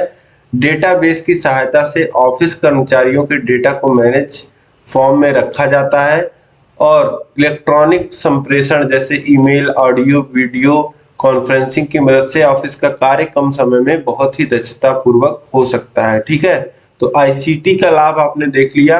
एमएस ऑफिस एक सॉफ्टवेयर है जिसपे सारे काम किए जाते हैं। इसको आगे हम पढ़ेंगे। इसी तरीके से सभी डेटा को मैनेज किया जा सकता है ऑफिस में कर्मचारी के जितने डेटा है। इसके अलावा ईमेल, ऑडियो, वीडियो कॉन्फ्रेंसिंग की मदद से ऑफिस के जितने भी कार्य होते हैं वह कम समय में दक्षता पूर्वक आईसीटी की मदद से किए जा सकते हैं। अब इसके बाद देखिए ऑफिस में आईसीटी का उपयोग कहाँ कहाँ करते हैं। तो आईसीटी का उपयोग ऑफिस में डॉक्यूमेंट, पीपीटी, प्रोजेक्ट इत्यादि बनाने के लिए किया जाता है। ऑफिस में आईसीटी के उपयोग से डेटा लंबे समय तक सुरक्षित रहता है क्योंकि डेटा वर्चुअली स्टोर रहता है। इस तकनीक से समय तथा कागज दोनों की बचत होती है। विभिन्न ऑफिस टूल जैसे प्रिंटर, कंप्यूटर इत्यादि की मदद से ऑफिस कार्यों को आसानी से किया जा सकता है।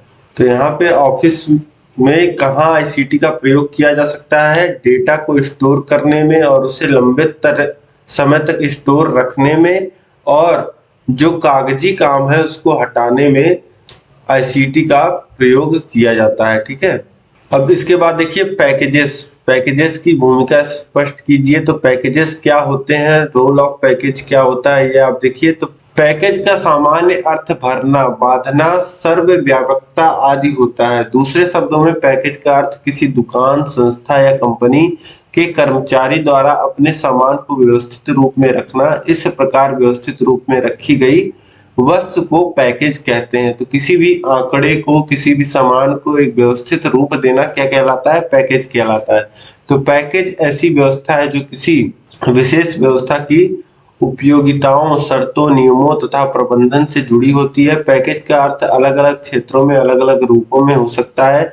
जैसे नौकरी के पैकेज में नियम, शर्तों, खासियतों एवं उपयोगिता का वर्णन होता है। इसी प्रकार कंप्यूटर के पैकेज के भी कुछ नियम, शर्तें तथा उपयोगिता होती है। इस प्रकार पैकेजेस एक ऐसी प्रक्रिया है जो समान होते हुए भी विभिन्न रूपों में, अर्थों में प्रयोग की जाती है। वर्तमान में इसका व्यापक रूप से प्रयोग किया जाता है। किसी कार्यालय में डेटा को संग्रहित करने के लिए स्प्रेडशीट तथा डेटाबेस सॉफ्टवेयर पैकेज का प्रयोग किया जाता है तथा कार्यालय में दस्तावेज को बनाए रखने के लिए प्रोसेसर सॉफ्टवेयर का प्रयोग कर सकते हैं। तो पैकेजेस क्या हो गया कि एक व्यवस्थित ढंग से चीजों को मैनेज करना। जो किसी भी संस्था का कर्मचारी होता है वह क्या करता है, जो भी आंकड़े होते हैं, जो भी चीजें होती हैं, उनको एक व्यवस्थित ढंग में रखता है। भले आंकड़े भिन्न है, विभिन्न चीजें हैं, तो उनको वह एक व्यवस्थित रूप देता है जिसे पैकेज के बोलते हैं।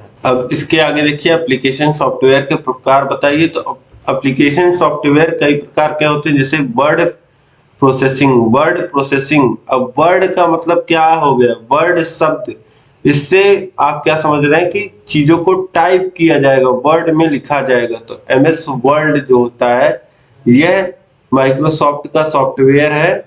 एमएस वर्ड, माइक्रोसॉफ्ट को एमएस लिखते हैं और वर्ड को वर्ड लिखते हैं। ठीक। इसके बाद वर्ड पैड और नोट पैड, इस पे क्या होता है, शब्दों को लिखा जाता है और शब्द के फॉन्ट अलग होते हैं, साइज अलग होते हैं, ये सारी सुविधाएं होती हैं इन सॉफ्टवेयर्स में।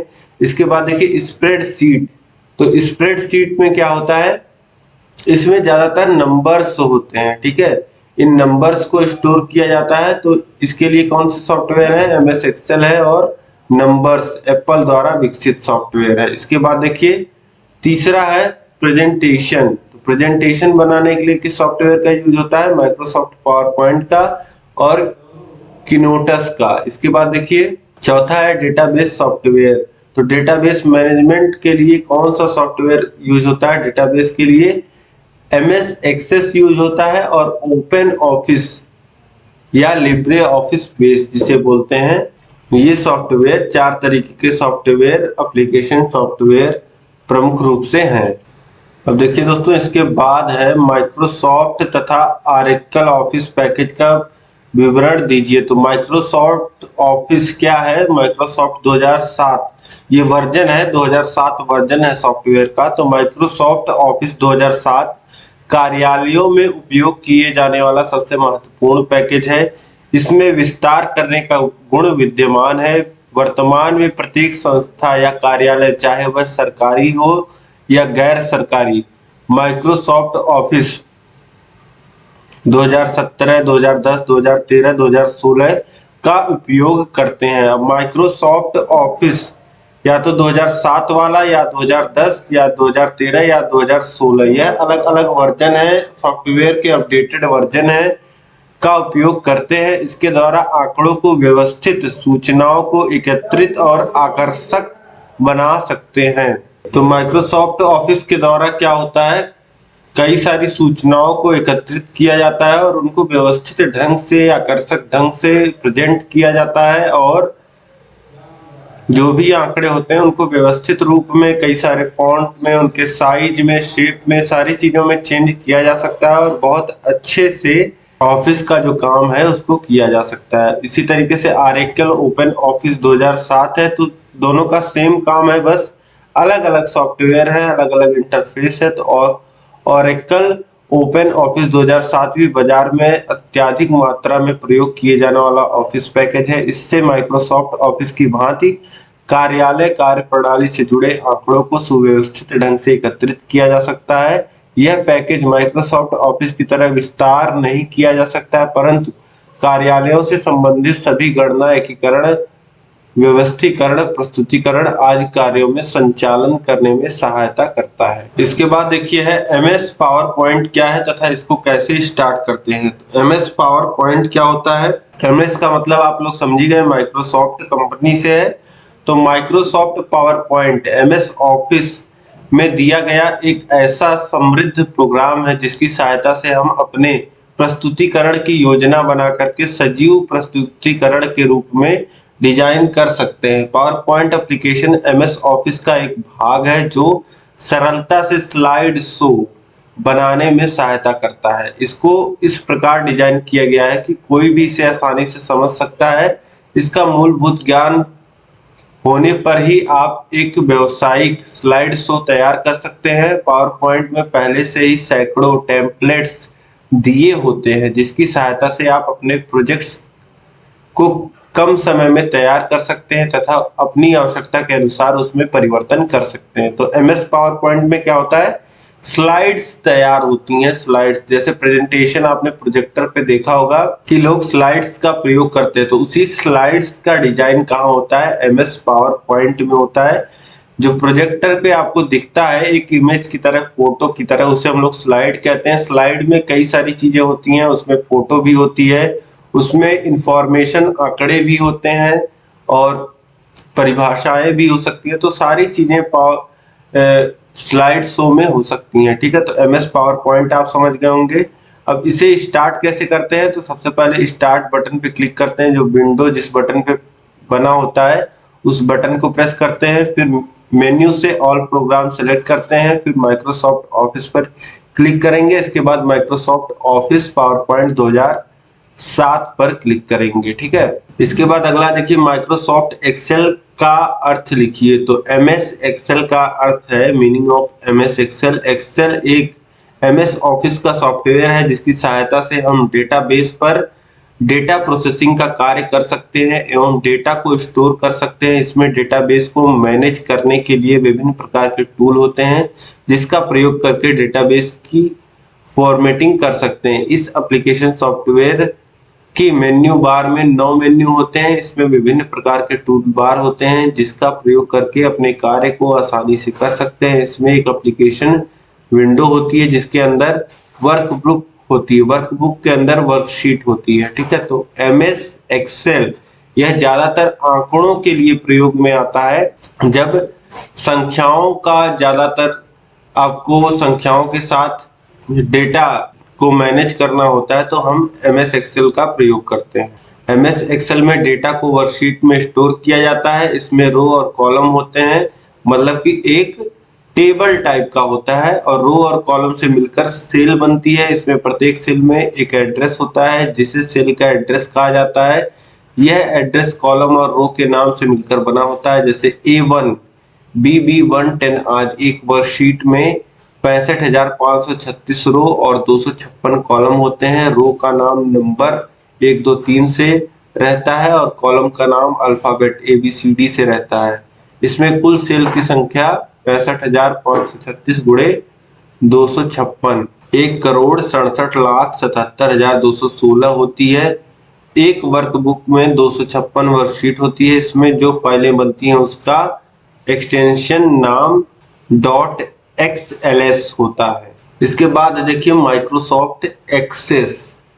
तो माइक्रोसॉफ्ट एक्सेस क्या होता है, देखिए माइक्रोसॉफ्ट एक्सेस एक प्रकार का डेटाबेस मैनेजमेंट सिस्टम है जिसे संक्षिप्त रूप में MS एक्सेस कहा जाता है। इसमें ग्राफिकल इंटरफेस होता है जो सॉफ्टवेयर उपकरण के द्वारा माइक्रोसॉफ्ट डेटाबेस जोड़ता है। इसका प्रयोग सार्वजनिक रूप से महत्वपूर्ण सूचनाओं को सुरक्षित रखने, तुलना करने तथा सूचनाओं को क्रियात्मक ढंग से प्रस्तुत करने हेतु किया जाता है। इसका प्रयोग व्यक्ति अपनी आवश्यकताओं के अनुरूप कर सकता है। इसके माध्यम से बहुत बड़ी मात्रा में सूचनाओं, फाइलों एवं ग्राफों को सरलता से एक स्थान पर रख सकते हैं।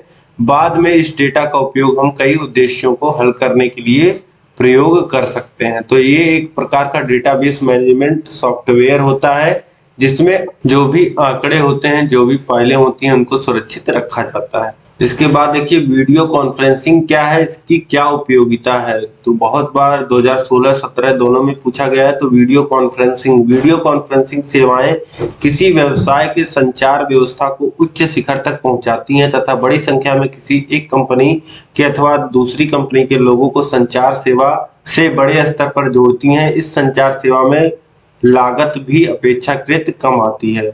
वीडियो कॉन्फ्रेंसिंग सचित्र संप्रेषण का सशक्त माध्यम है जिसके द्वारा दो या दो से अधिक व्यक्ति दूर बैठकर भी विचार विमर्श तथा चर्चा के साथ साथ अपने हाव भाव तथा क्रिया प्रतिक्रियाओं का प्रदर्शन कर सकते हैं। वीडियो कॉन्फ्रेंसिंग में क्या होता है, आप सभी को पता है कि कई सारे लोग एक साथ जुड़ सकते हैं और अपने जो उनके चित्र होते हैं उनको एक दूसरे को लाइव देख सकते हैं और सुन सकते हैं। और किसी भी मीटिंग को ऑर्गेनाइज कराना आपको पता है कि खर्च वाला काम होता है और वीडियो कॉन्फ्रेंसिंग में क्या होता है, अपेक्षाकृत जो खर्च आता है वह कम आता है। इसके बाद देखिए वीडियो कॉन्फ्रेंसिंग की उपयोगिता। तो इस संचार सेवा में लागत अपेक्षाकृत कम आती है, मैंने आपको पहले ही बताया, और इसके माध्यम से अभिलेखों और कंप्यूटर पे चल रही सूचनाओं का आदान प्रदान भी किया जा सकता है। तो जो भी डॉक्यूमेंट्स होते हैं ऑफिशियल उनको भी शेयर आप कर सकते हो। ठीक, इसके बाद देखिए एक इम्पोर्टेंट क्वेश्चन रह गया है, फुल डुप्लेक्स मोड क्या होता है। तो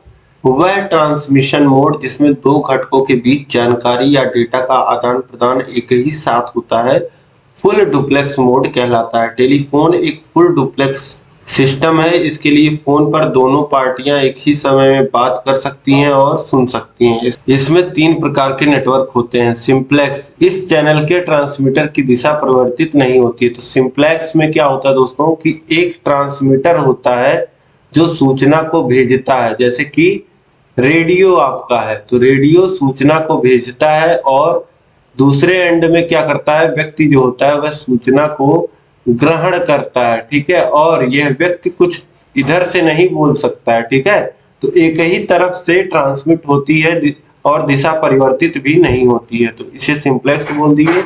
और हाफ डुप्लेक्स क्या होता है, तो इस चैनल का सिग्नल परिवर्तित हो सकता है, इसका प्रवाह 2 दिशाओं में हो सकता है परंतु अलग अलग समय पे। अब हाफ डुप्लेक्स में क्या होता है कि एक बार में एक व्यक्ति एक ही तरफ से बोल सकता है और दूसरे तरफ से अगर व्यक्ति बोलेगा तो पहले तरफ का जो व्यक्ति होगा वह केवल सुनेगा, वह नहीं बोल पाएगा। ठीक, और फुल डुप्लेक्स आपने जाना है कि दोनों तरफ से प्रवाह एक साथ होता है, जैसे कि मोबाइल में या टेलीफोन में बात दोनों तरफ से एक साथ होती है, दोनों तरफ के व्यक्ति एक साथ बोल सकते हैं, एक साथ सुन सकते हैं। ठीक, इस प्रकार से आपके कंप्यूटर में जितना भी सिलेबस था 5 यूनिट आपने यहाँ पे देख लिया और बहुत ही अच्छे ढंग से आपने सब कुछ देखा और सारा कॉन्सेप्ट आपका क्लियर हुआ होगा दोस्तों।